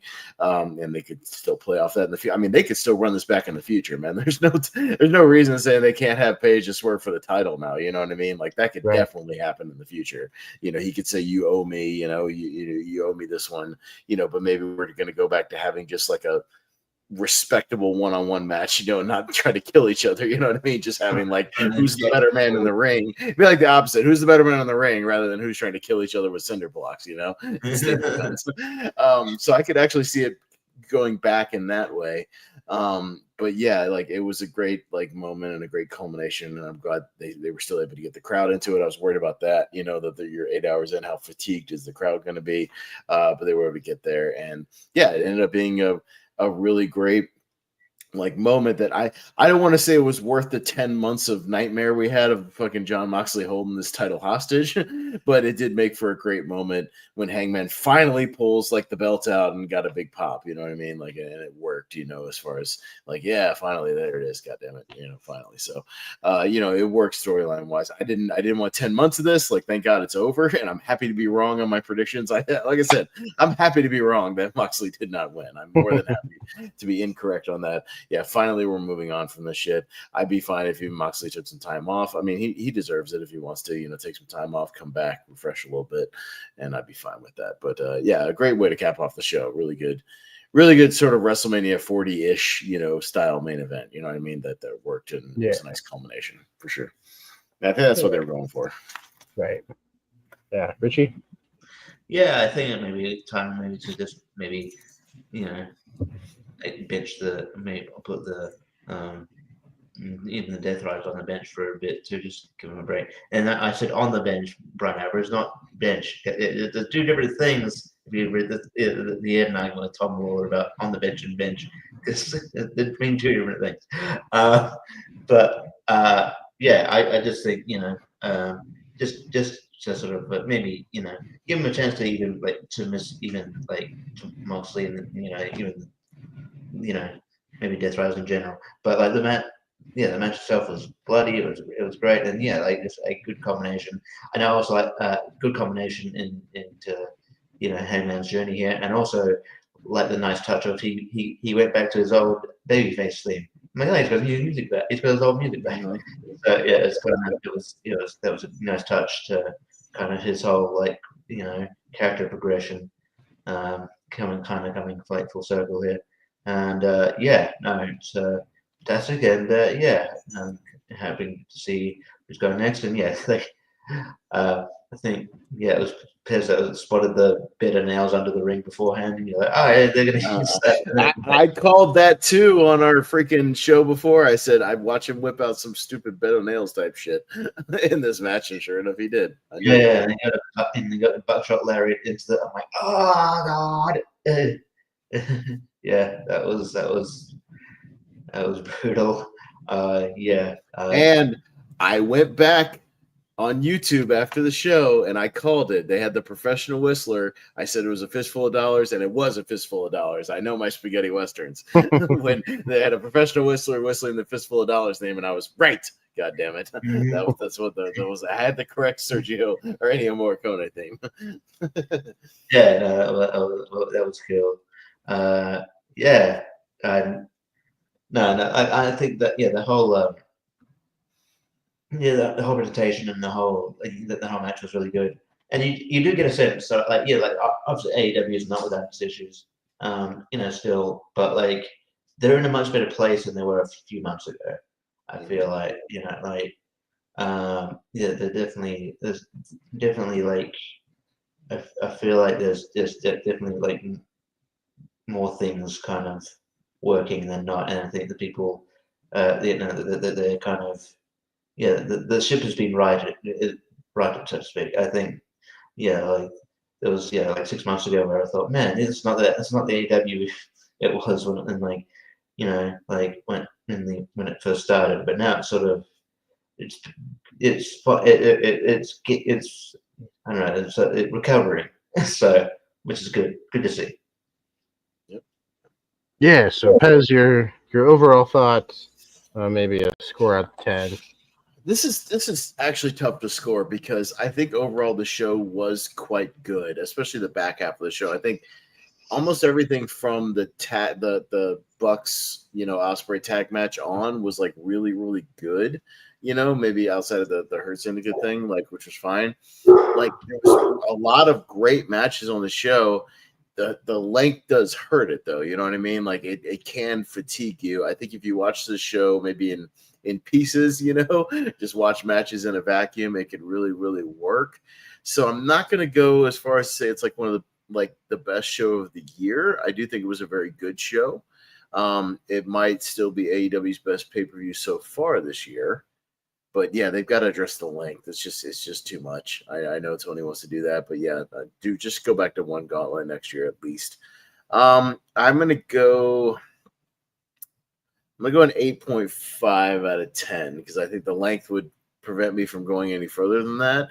But you do have some legit, like, I think the main event is storyline wise and moments could be a match of the year contender. And even the tag match, I think, was probably the best worked match on the show, if that makes sense. Something like that. So you still had some really great in-ring action as usual. Yeah, Richie? Yeah, if you've got like at least even one match of the year contender on your show, then that's going to be a high rating. But if you've got like multiple here, like to me, not the main event, well, the actual main event, not the the actual main event, which is Moxley and Page and Storm and like even all three of them could be match the contenders, but also the tag match. So all four of them could, if someone had on their match of the year list, I I get it. So when you have that, I wouldn't give it a bad rating at all. Yeah, it's just the length brings it down a little bit. So I think I'm in agreement here. I think an 8.5 is good for it. It's good. Not the best show of the year so far, but probably definitely the best show at AEW. And but yeah, like again, they're on the right track, and I fully expect that potentially maybe AEW will have the best show of the year. We'll see what happens. And then the year's only halfway done, so yeah. But no, really good show. Mm-hmm. And I'm in agreement. 8.5. all the same reasons. Yeah, the length kind of hurts it, but yeah, there are matches that I would definitely go back and rewatch, especially from that last half. I think really picked up. Kind of reminds me of WrestleMania 19, where we started off. The matches are good. The matches are fine. But then we hit and you get like 3 or 4 great matches in a row. You're like bam, bam, bam, bam. Yeah, you're firing on all cylinders. Yeah. 8.5. All right, that's one of 3 because I believe we watched half of Saturday night's main event together. I gotta be honest. I didn't go back and watch the first half either. I didn't either. I watched Jelly Roll take a Claymore. That's all I watched on. Yeah, I did. And then he chokeslammed Logan Paul and Jimmy Kimmel. He was the guest host, and so there's your tag match for SummerSlam. I did hear Jelly Roll is at least training at the Performance Center almost every day. Yeah. So I think he's at least trying. He's going to at least try to make an effort to do some stuff. You know what I mean? So yeah, it's not as egregious to me as like some of the other ones. Like it's going to be an undercard match on one of the 2 nights. So what? Right. And it's going to give them press, and he's a wrestling fan. Cool. I prefer this to the Travis Scott, who just feels like he was there, and like apparently Travis Scott just wasn't working out, like he wasn't progressing as much, so that's why they gave up on him. Like he was supposed to. Apparently Travis Scott was meant to be in the game, and he was meant to be a downloadable in the game. They've actually replaced him with El Grande Americana. So that's a good choice. Actually, kind of fun. but we don't get this still. But yeah, I think that they've kind of, which kind of sucks for the whole scene run again when you think about it. The heel turn, because the whole 60 turn was based on The Rock and Travis Scott, and they've obviously what happened with The Rock that's gone to the wayside, and the Travis Scott thing hasn't worked out. So yeah, but the Travis Scott experiment is kind of ended, at least for the time being. So yeah, I think because I think Bad Bunny was going to be involved in this match somehow too, but I think they've moved it to Jelly Roll, and then just thought that Logan Paul would be best to. It's just easier to put Logan Paul in that position considering he's already on the roster. Yeah. Yeah. Yeah. Then we saw. Well, we didn't see, but yeah, Solo Sikoa still your U.S. champion, defeating Jimmy Uso. And then some unfortunate news. Seth Rollins getting injured in his match with LA Knight. Yeah, we were kind of watching and we're like, oh. Because he gets hurt and then it goes straight to the finish. And usually when that happens, it's like, well, maybe the injury is legit.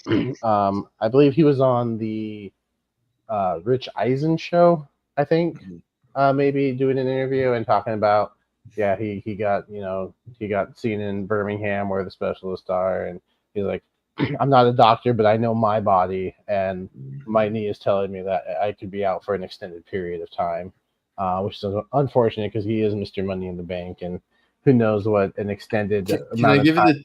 Can I give you the 2 reasons why I'm skeptical on that? Sure. Okay.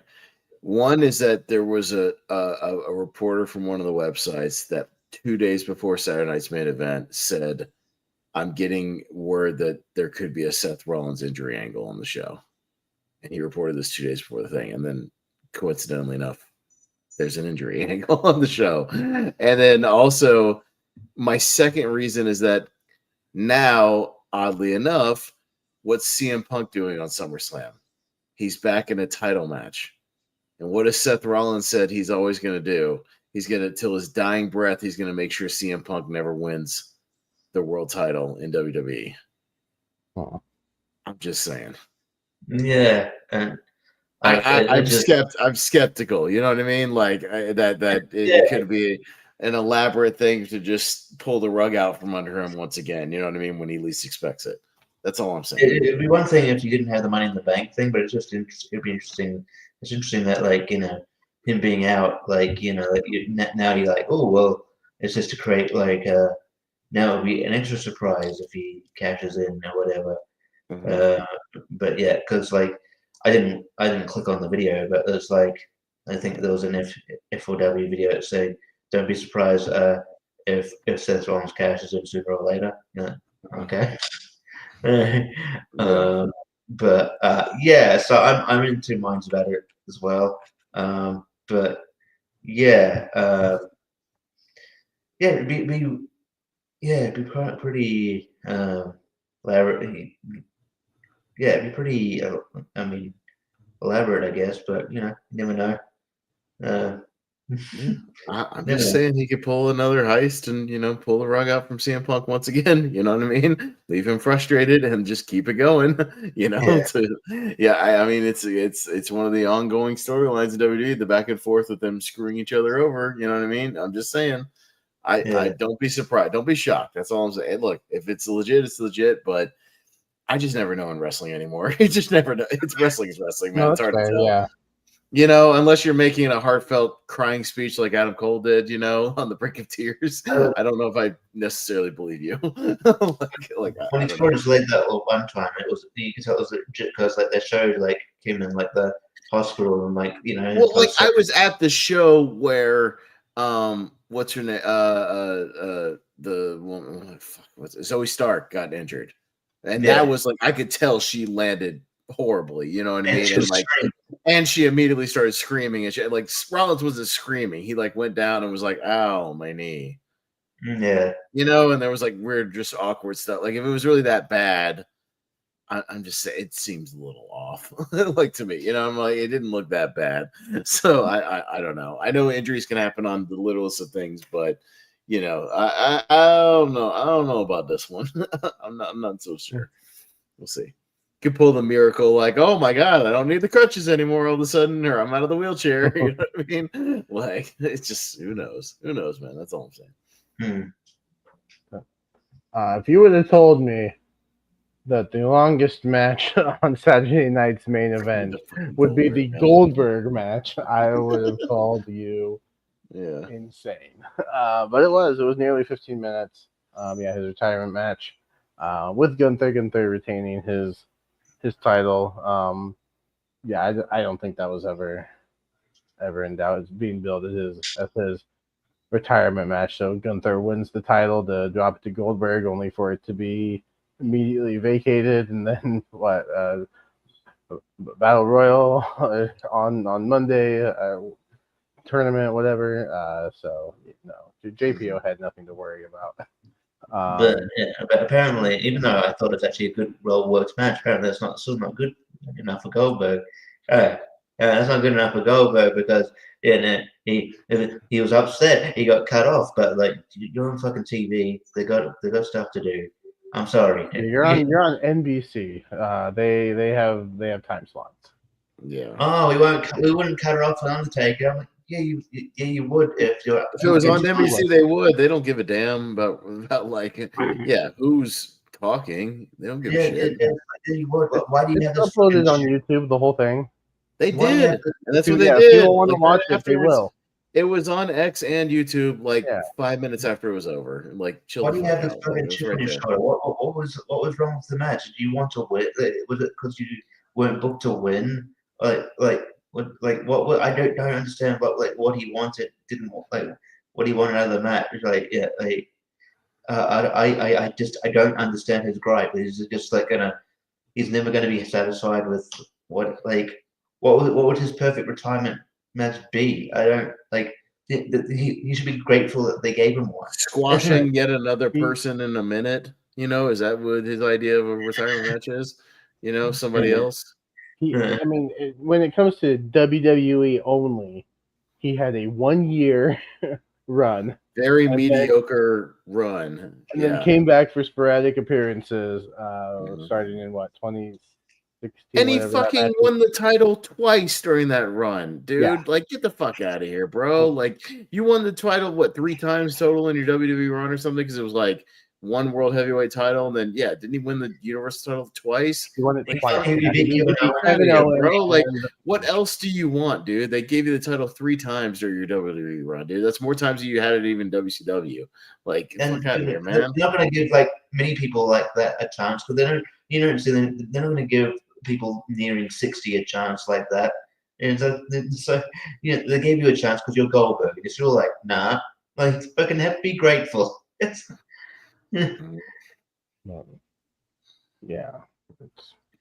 whatever. Gunther's still the champion, thankfully. Gunther's still the champion. Thank God he choked him out. We moved on. That's fine. It's one of the better matches he would probably have. It's it was a well-worked. It wasn't a bad match. Nobody's talking about the match, though. Everybody's talking about everything after the match. Everybody's talking about the speech that got cut off, and then the interview that happened, and Charles Robinson having a cracked rib from the fucking spear. So, that's what more people are talking about than the actual match. Is everything after. So also, Goldberg can't have a match without hurting somebody. Maybe Bret Hart was onto something.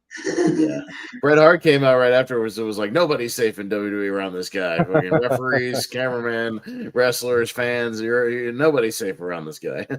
So of course he had to chime in because he heard about Charles Robinson getting the cracked rib. And he was, good on Charles Robinson. Charles Robinson's been trooper lately, man. No, that dude. Give that guy a month off and let him take a paid vacation. My God, that dude deserves it. Give him some paid time off, please. Let him. They got plenty of referees. They don't need him right now. He can take a month or 2 off. Let him chill at home, collect a paycheck. But that was Saturday, and then we moved into Sunday where we had an all women's pay-per-view. And Pez, this is where I'm going to hand it off to you because I unfortunately was not able to watch Evolution. No, I had a family gathering in celebration of my aunt who passed away on Christmas. So that's where I was Well, I think, and I think we can do this one like fairly quickly because there's 2 or 3 matches I think are really worth talking about. The other ones were good, but not like super worth talking about. So me and Richie we'll work fast because we're over 2 hours now, so we need to start kind of wrapping it up. But yeah, definitely the first match was worth talking about. Becky Lynch defeated Bayley and Lyra Valkyria in a triple threat match to retain the Intercontinental title. No, this was an excellent opener. This was probably easily the second best match on the show. I think most people would agree. Hey, and I wouldn't even fault people, Richie, if it was some people's favorite match on the show because it was very, very good. 16 minutes is at least what it says on Wikipedia. But they all have great chemistry. Lyra and Becky have the good chemistry. Bayley, this is one of the best Bayley matches she's had in quite some time. I think she looked amazing. The crowd was props to the Atlanta crowd. At the show, the crowd was hot. So if you get back to it, Jacob, the crowd was really hot, so that added to the show. They were hot for everything, and got really into especially these couple of matches that stood out. And the finish was awesome because the finish was clean. We had a clean, there wasn't any shenanigans. Becky did this awesome diving, twisting thing into a backslide, and it was awesome. It looked great. She did this diving, hooked the arm as she twisted, pulled Bayley over into this diving backslide thing. It was great. It was a great finish, and it was a clean one, just using those veteran instincts and just getting a clean one over Bayley. And it's good. They're going to run back, since Lyra didn't get pinned, they're going to run back her, or she beat Bayley to get the match against Becky at SummerSlam. So they're going to run that back again, which is fine. They've had great matches so far, so I have no problem with that. But yeah, excellent opener, Richie, for sure. Yeah, this match rules. This is the match I was saying. It might be either Tony or Mercedes this one, or the one when I'll talk about it later. That's in contention. Best least best women's match of the weekend here. But yeah, this match is fantastic. These are great chemistry. Just great back and forth. I'm going to advocate that. Let's use a chairman before that. I'm going to advocate that Lyra should at least be in contention to win the Royal Rumble next year. I think she's getting over. She's really good. I think she's also maybe my top contender right now for when we get to our awards at the end of the year, most improved, or something like that for women. A women candidate, most improved at least. So yeah, she's up there because she's been great so far this year. Really this match is was so great. The crowd is awesome, and then you didn't have Becky do the typical heel thing. She just outsmarted and just won, and that was great. And it was. I'm happy to see Becky and Lyra again. It could be like a Benoit Angle thing. I mean, they could wrestle, every pay-per-view I'll watch. And I'm sure Bayley's inclusion is not not she's not totally out of the storyline. I could feel maybe I don't know, maybe a heel turn is could be coming there soon, at some point soon as well. I don't know, but I don't think she's totally out of there too. So I would love to see all these 3 women wrestle again at some point. But yeah, the brilliant match. I love this match a lot. Yeah, it was excellent. Yeah, so great way to open the show. Mm-hmm. Yeah, Cage Match has this at a 8.65, where the Tony Storm Mercedes was 8.83, so not too far off. No, it was great. It was excellent. Definitely one of the best matches of the weekend for sure. So even if you only catch snippets of the show, definitely watch the bookends of the show. Watch the opener and the close at least. So they were both great. This was good. JC Jane retained her NXT title against Jordan Grace. Called it. Yep, so she sure did. But yeah, not without some help, obviously, mainly from Blake Monroe, who finally kind of officially turned heel. We all knew it was coming. I mean, she's just, Mariah May's a better heel than she is a face, so we all knew it was coming. Jordan Grace apparently doesn't watch AEW, so she had no idea that Blake had this side of her. I can't blame her for not watching Dynamite every week, but yeah, she didn't know it's the same person, I guess. Yeah, hits her in the back with the title behind the referee's back, and then JC gets the pin. So it was an all right match. It was okay. I think we were all just looking to Jordan to win to then face Masha at the Slammiversary because she was a former TNA person, so maybe that's what we were looking at. But I can see Masha then, winning and coming over to NXT and then maybe picking it up with her later. But the match was okay, Richie. It was fine. fine. Yeah, I thought it was good. I'll tell you someone else who didn't expect Blake Monroe to heel. Michael Cole, who I think was asleep at the wheel in the show a bit. We'll get to it. He made some weird. He said some weird things on the show, especially in the Battle Royal. But yeah, he was like, "Oh, he's like, what? What happened? Was that an accident?" I'm like, "It clearly wasn't. It was very. It wasn't an accident. She jumped up and hit her in the back. Like Jumped up and hit her in the back. It might have been a mistiming there. Like, well, maybe she didn't. No, no, it wasn't an accident. It didn't even look like an accident. It took him a long time to be like, oh wait, she did that. I'm like, yeah, like I'll cut him a bit of slack. He worked, he worked probably a couple of shows this weekend. Like, my God, was he had a long weekend. I get it, but yeah, well, even Wade Barrett screwed up a couple times. There was commentary issues all over the show. Like Wade, or it was it him or Wade that kept calling Candice LeRae Candice Michelle the whole time. And I think Cole said it, and Wade had to be like, Candice Michelle's not in this match, Michael Cole. Like, yeah. We'll get to that, but yeah, he had a couple of interesting moments in that match. But yeah, that was fun. But yeah, I was surprised with Jess Jane, but I guess maybe there was the idea that it's just gonna be transitional champions. Like, no, we'll keep it on her for a bit. But yeah, at some point, Jordynne Grace's gonna win be the champion because she's one of the best women's wrestlers, not just in NXT but in the world. So you're gonna have to put her on the title at some point. But yeah, decent match, but nothing below it. It's all right. Judgment Day retains their titles in a 4-way, beating Charlotte and Alexa, which is this odd tag team that's kind of working right now. Like it's bringing out the rest of Charlotte. There was a "We Want Charlotte" chant during this match, Jacob. I could not fucking believe it. She was over. She was ridiculously over. So I guess maybe Alexa's bringing out a better side of her, because this odd tag team, but it's working. So stick with it. Hey, if it keeps her out of the title picture, fucking great. Keep her there. I wouldn't even mind her winning the tag titles. Just keep her out of the world title picture. I'm fine. So Ruka and Zarya, which nobody predicted, and then and the Kabuki Warriors. This was fun though. It was kind of a sprint. It was like 10 minutes, but it was a really fun sprint. I mean, it was just like spot. There was no slow points. Like it was just boom, boom, boom, boom, boom, bing, bing, boom, boom. Everybody looked pretty good. So Ruka hit the Soul Snatcher, which always looks great, and got a big pop for that. And good spots all around, Richie. I mean, not much to say. It was fun sprint.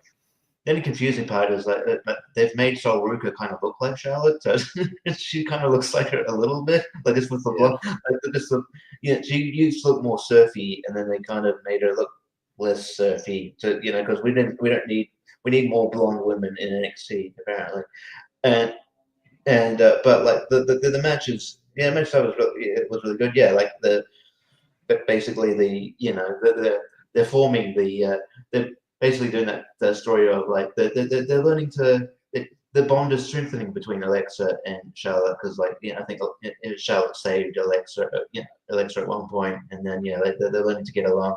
I think could culminate in winning the tag titles at some point. But they're almost even telling the same story. It's weird. They're telling the same story with Roxanne and Elle as well. They're literally telling the same story with both teams. Whereas actually they're getting along too. It's like, you're not too, all right. I still expect them to lose the title before Liv gets there, and she'll be like, "What the fuck happened?" But no, it was a fun match, and I think everyone was on point. Yeah, and it was quite good. Yeah, it was good. Tiffany Stratton, no surprise, defeated Trish Stratus, hung under her title there. No surprise there. But Trish looked great, and she hadn't lost a beat. She worked the match like the Trish Stratus of 2005 or something, and she kept up with Tiffany. This was relatively short, only about 10 minutes. But kind of a sprint, mostly just hitting kind of spot. But the crowd was into it, and it was fun for what it was. And Trish did her thing and got over. So not much to say, right? Trish was definitely is one of those ones that kind of. Has kept herself in shape, hasn't lost a step. Yeah, she's one of those other ones that was probably 50 as well. Just didn't life's been kind to her. Yeah, like still as athletic as ever, and yeah, could fit right in there if she went full time as well. I'm pretty sure like Tiffany was sort of working more as a heel in this match. She was definitely working. She is babyface, but was working as a heel.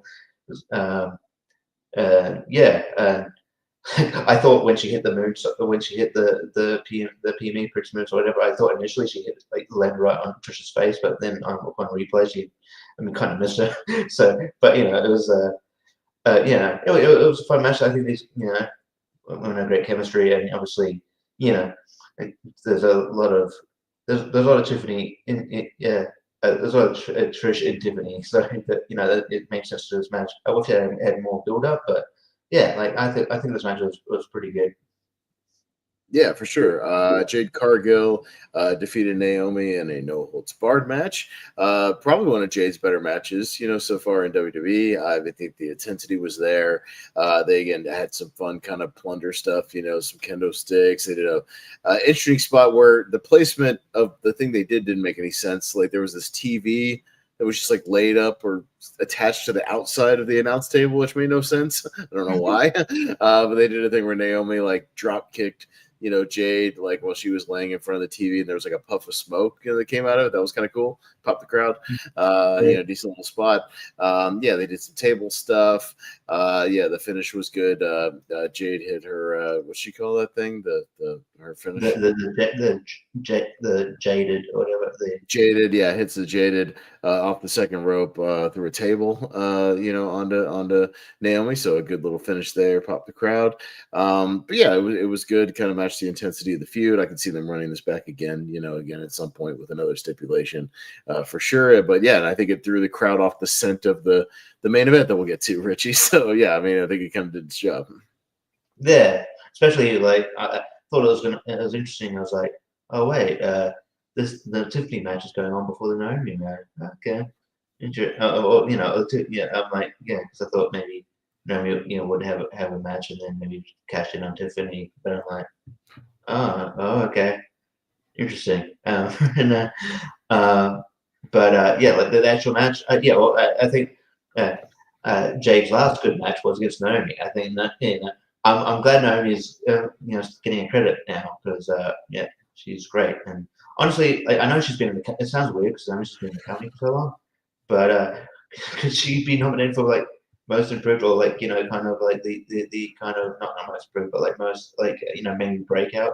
Just because like I never knew how good of a heel she could be. Like, well, I think it's the same argument we talked about for Dominic Mysterio. It's a change in character where it's been a welcome change in character and refreshing, spin on that and bringing out the best in her. You know what I mean? I think it's the same argument. Like Dom was in the company a few years before he turned the heel, so it's not like he was a new rookie or anything. But I think you can make an argument for breakout if they have a fresh character, like Tony Storm breaks out with the new character, with the Hollywood character, and changes it up, and it becomes like a great new defining thing for them. I think there's an argument right there. Yeah, because like her promo on Raw was like she's like, man, she's got great mind skills. What this fucking happened? What was this? When she goes to I'm like, I don't. She's like, like I don't know what you just said, but No. But yeah, no, this is the match itself was quite good, and yeah, like definitely if you want to get like someone who's a bit green to have a good match, put her against Naomi. She's a good hand, as I said. Well, put a pin on the Naomi thing. We'll talk about it in just a minute. Stephanie Viker, as I predicted and Jacob predicted, wins the Battle Royal and gets the opportunity to face whoever the champion is at Clash in Paris on the brand. So we've seen that post SummerSlam. A lot of people in here. The first half of this was kind of wonky, a little sloppy, not amazing, not bad, but just kind of whatever. When it finally got down to those final 6-7 people, it got a little bit better. There was some notable competitors.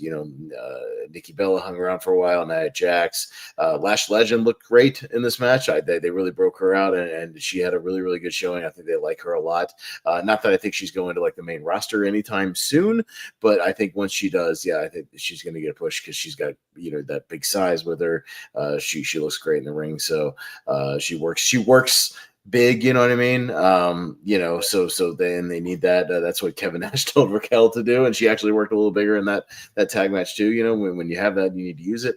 The fact that it came down to Stephanie and Lash Legends speaks a lot. The two kind of younger stars, and having kind of a dark horse and a favorite, in there really helps. So the crowd was again super into it. Good unique finish where they made their way out to the apron, rolled out there, and Stephanie did the devil's kiss to Lash, and then rolled her out of the ring on the apron. So that was a fun little end of the match. So crowd pop for that. It was good stuff. They had Lash help kind of eliminate Nia Jax, so she looked strong. A good showing all around, Richie. Yeah, not bad. Yeah, it got better near the end. Yeah, it was a solid battle royal. Yeah, she legit lifted her up at one point. But although you shouldn't be surprised because like at one point I think on NXT she lifted up Otis. Right? She's a strong lady. But I've been getting, I've turned the corner on Lash. Like she was definitely very green when she first came to NXT. I don't think she was ready to be on NXT TV when she came up. But I thought maybe she'd be called up. I think she was close to be called out when she was in the tag team with like Jakara Jackson. But then they released Jakara Jackson, and probably changed their mind and went, no, you want her to be more of a singles person. I could see her being getting called up at some point. Maybe. Anytime soon, but she'll definitely be a factor at some point. Sure, they're definitely hiring her. This is like the match where I think, definitely Michael Cole was out to lunch for a bit. He kept calling Ken sort of against the show. He did it like 4 times to a point where I'm like, okay, I thought he was doing it on purpose. He's like, come on, man. He's like, can I celebrate? You're ready. But there's also a time when Maxine Dupree's in the ring, and like if she's telling her, she's yelling at Natalia to do the worm, and she does. And then Michael Cole goes, I don't know what that was all about. She was yelling to do the worm. That's all that was. Like, whoa, wake up. He's tired. Cut him a break. He's tired. He's sleepy. And then had to do Raw the next night. He's tired. And then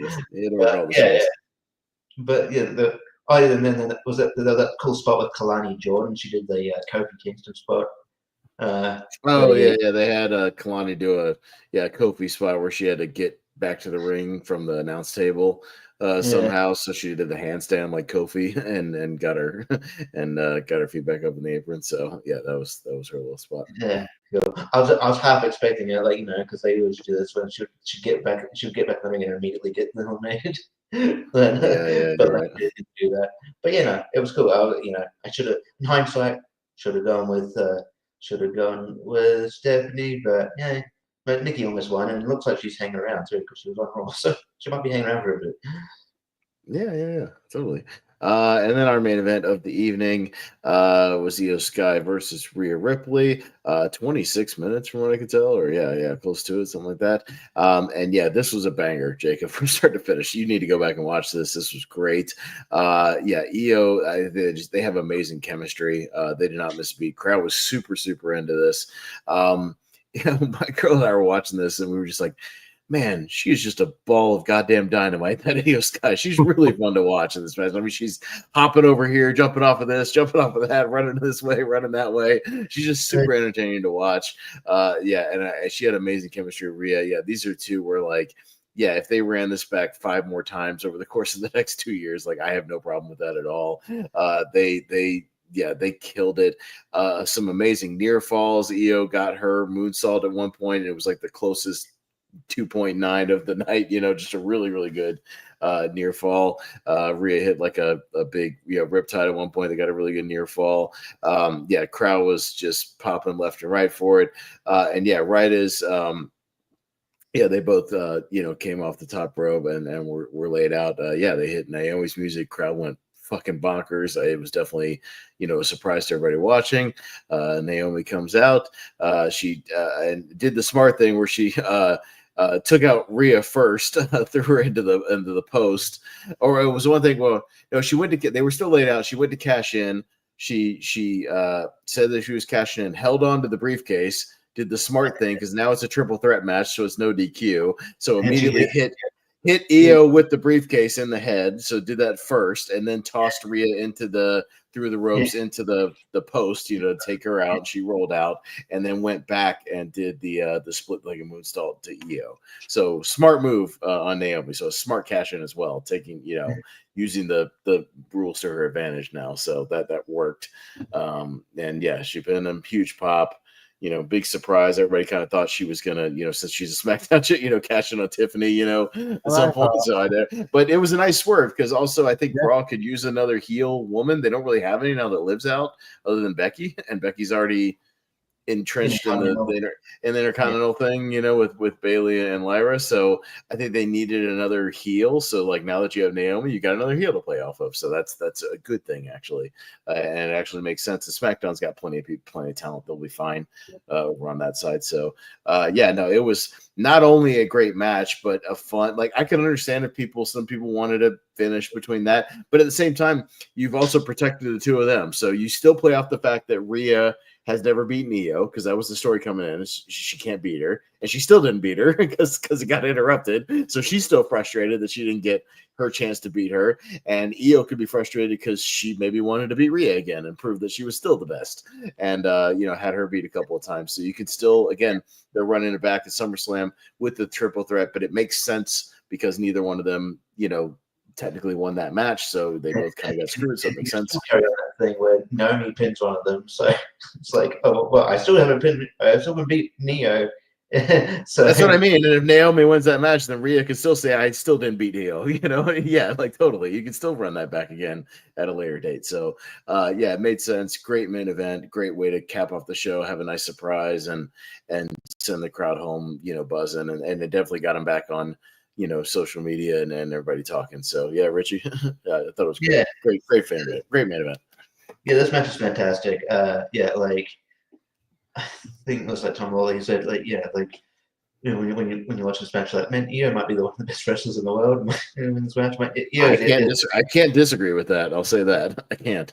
She's one of the best, definitely one of the best wrestlers. Definitely. There's one really fun spot. And it's really like sort of heartwarming and sort of a cute spot, but also it just shows her charisma as well. Where like she springs off the ropes and just hits this beautiful DDT on Rhea, and she's so impressed with herself. She goes, "Yay!" before selling. It's so great. Yeah, just great chemistry and a fantastic And absolutely banger of a match. Just you go back and this match and the opener, I'd say go back. Nice bookend, right? Great opener and great main event. This match is honestly match of the year can it's up there for me at the moment. So definitely go back and watch this. This match rules. Yeah, and I'm almost tempted to say, this might have top to bottom been the best show of the weekend. I would say that. Oh, and I'll tell you why. Because they did 7 matches, which is a rarity now for them to do 7. But it felt like a pay-per-view from like the early 2000s, where they used to do 7 matches in 3 hours, but like they did 7 matches, but 1 or 2 of them felt like a sprint kind of, but they didn't need to be that long. Like I didn't need to see Trish and them go, 20 minutes. I didn't need to see the tag match go that long. It was just kind of a sprint. There wasn't a single bad match on the card, and you had 2 legitimate, especially women's match of the year contenders. And the fact that the show just was breezy and entertaining from start to finish. The crowd was super hot. There was no lag time in between matches. They just played the video for the next match and then got it right into the next match. Nothing drawn out, no stupid, long ass commercials or anything. Jacob, this show is 100% worth going to watch. It might be one of the best shows of the year so far. One of the best. That's what I heard. At least on the WWE side, I think this is in contention with Elimination Chamber for best PLE so far this year. I would say top to bottom. I would put that out there. Now, I would also say I have one other one that's one of my favorites of the year that it's not in that discussion, but for me, entertainment wise, from start to finish, I loved Worlds Collide, the AAA show. I loved that show. I thought that was like that a was really super, good. super, Yeah. super entertaining show from start to finish that I just enjoyed the hell out of and thought that was really entertaining. So I would put that up there as well. I don't know if you count, I guess we count that as a WWE PLE. I mean, technically it was. So I would say that one, Evolution, and Elimination Chamber are my top 3 PLEs so far this year, 100%. Yeah, I probably almost agree. Yeah, agree. I have to go back and think about it, but I almost agree. I think because I love all those. So yeah. Yeah, no, so worth going out of way to see. If you missed it, or if anybody else watching, you just missed it. You know, I know it was a crazy weekend, so I understand if you missed it or just didn't have time. I totally get it. But well worth even just start to finish. Watch the whole thing. It's very entertaining. Yeah, there's not a bad match on the show, and yeah, the bookends are incredible. Yeah, the opener and the close, especially. So go watch them, check it out. So there you go. All right. Well. Yeah, we didn't quite go as long as All In, but we did go a little longer than normal. So we'll go ahead and we'll call it here. We'll be back next week. We got one more piece of business. Let's begin next week. Yeah, we'll be Let's back do that next real week with a retro review. But we don't know what that is yet. I don't know, but I put in all the like I said, we're doing I think we said these, I wanted to at least be retro. So I got 2010 and back minus 2003 and minus 94, which we already did for SummerSlam. So I took those off the wheel. So yeah, we'll just leave it up to chance. I won't just pick one, you know, we'll just have a little fun and see. We'll get what we get, you know what I mean? So yeah, Jacob, it'll be a good week because you'll be gone. We've done these ones where you're gone. We just do a retro review, just have a little fun. It'll be a lighter week next week. It'll just be news and this. So yeah, that'll be fine. And then yeah, the week after we'll come back with our actual, we'll have 2 nights of SummerSlam to predict. So we'll have plenty of matches to predict for the 2 nights and catch up on the storylines and whatnot. So yeah, so let me shuffle these up a little bit. Let's hit that shuffle button a couple times. 97. All right, well, let's see. It's my prediction. 97. All right. Oh boy, it's either going to be old or recent. Oh, we're going old. Old. Is that bad? The year and month of my birth. What's that? The year and month of my birth, 89. 89. I don't know what this is going. Like, this is what, the second SummerSlam? So, yeah, because SummerSlam started in 88. Let's see what we're looking at just card wise. I won't go with the results in case you know where. I'll just go with the card. Let's see what matches we got for 89. Oh my God. Okay, so we got 9 main matches. There was one pre-show that is not on there. Okay. Oh, okay. This is okay. Okay, there's some potential here, Richie. The opener, the Brain Busters versus the Hart Foundation. Arn Anderson, Tully Blanchard versus the Hart Foundation. That could be good. Yeah. Dusty Rhodes versus the Honky Tonk Man. Not bad. You got a 6-man tag, Rick Martel and the Fabulous Rougeaus against Tito Santana and the Rockers. Some early Shawn Michaels. Mr. Perfect and the Red Rooster.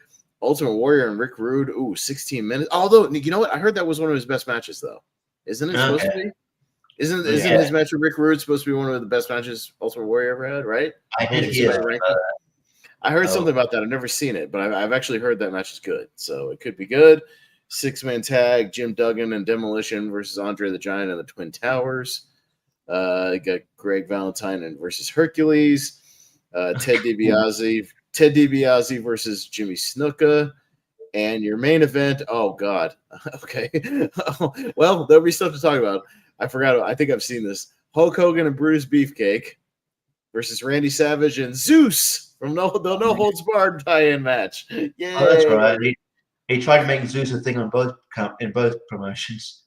Well, and this ties in. I just watched No Holds Barred for our monthly mistake with me and Wolfman. We just did that for around WrestleMania time. So that's right. I have seen this match before. It's something. There's something to talk about there. But it actually looks like in-ring wise, that opening match looks good. I've actually heard, Ultimate Warrior Rick Rude, that's one of his best matches, actually, is the Rick Rude match. So that could be good. And then, it looks like there could be some other sneaky decent matches on there. So, I mean, if anything, it'll be a time capsule, and we'll go back to some early SummerSlam. So, hey, 1989. Why not? So, okay. All right, fair enough. Cool. Yeah, I'm looking Sure. forward to it. Should be Yeah, fun. sure. Why not? I'm sure like there'll be a lot of. A couple of those matches look like they were short on Wikipedia. Like I think said like Mr. Perfect and the Mr. Perfect Red Rooster match is like 3 minutes. You know, the what was the other one? The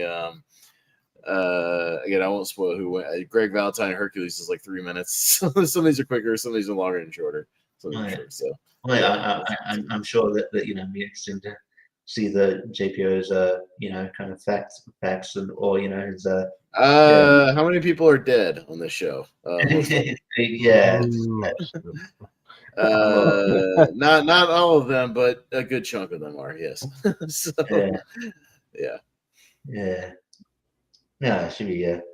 Yeah, I'm looking forward to it. In some cases, everybody in the match is dead.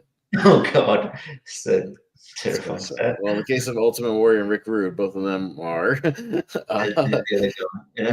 Yeah.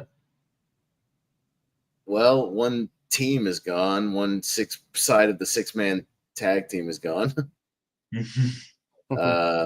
Yeah. Then, oh boy. Yeah. That's something we could do. I hate to say it. Yeah. Yeah, one side of the main event team is dead. Randy Savage Zeus, because Tiny Lister passed away. So one side of that team is all gone, unfortunately. Yeah. So well, yeah, JP will have his homework cut out for him for that. So there you go. All right. Yeah, that's what we'll be doing next week. So between now and then, Richie, where can people find you? Wheel of Movies did that before coming on here. We talked about Kill Bill Volume 2 in memory of Michael Madsen. Because we already did Reservoir Dogs, that I almost forgot about when we went live for a brief there. I'm like, oh yeah, that's right. Other than that, I think I've got a fandom match coming up in Venom Fights there. I think I'm versing Eric Moreno. You can find that when that drops. I'm also on like What We Love Horror, JPS Trivia as well. Yes, I'm in the CWT tournament as well. So check me out there. And tournament fights, tier ranker, all that. Yeah. All right, Pez. Yeah, no, mostly over on the Movie Hero Network. Yeah, Tournament Fights, Tier Ranker. Our podcast on Sunday night returns with our best of the year so far. Most people already know my list if you watch Countdown, but you'll get to hear Wolfman, Jonathan Caro, Dan Skibell, and Jordan's lists on that show if you like. So check that out. Our monthly mistake returns this Saturday night. Me and Wolfman on Mega Movie Z. To tie in, we switched up a little bit to tie in with the new I Know What You Did Last Summer. We're doing I'll Always Know What You Did Last Summer, the terrible straight to DVD third film in the trilogy. So that's what we'll be doing then. So there you go. That's mostly what I got going on. Yeah, go check out Wheel of Movies on Kill Bill Volume 2 we just did. It was fun. Paying tribute to Michael Madsen, great character actor. Very nice. You can check me out. I've got a new podcast I just started a few weeks ago. Let's talk about it with Jacob Barber. I'm Jacob Barber. Had to pull an audible this week. My guest had a show tonight, so she was trying to get as much stage time as possible. I get it. I get it. We'll have to reschedule that one. Pez will be on in the future. We'll have to talk about that one too. Yeah, I don't think I'm available next week, but the week after might be open. If you want to try to squeeze me in, I might be available. So we'll talk. Yeah, we'll talk. And then this Sunday I will be on Rankum. Me too. With talking horror movies that should be remade. I think I saw the panel. I think it's a nice mix of hardcore horror fans and kind of casual horror fans. I think it'll be a nice mix and a nice list that we can come up with. So that'll be fun. You can catch me there, and then I try to be here as much as possible as well. So follow these guys in all of their endeavors. Like, share, subscribe, do all the things. that a good YouTuber says you should do. And yeah, just enjoy wrestling. We had a lot of wrestling this weekend. Enjoy it all, and just keep watching. Watch us. Thank you. And so yeah, whatever. Do whatever you want. It's fine. You just do your thing.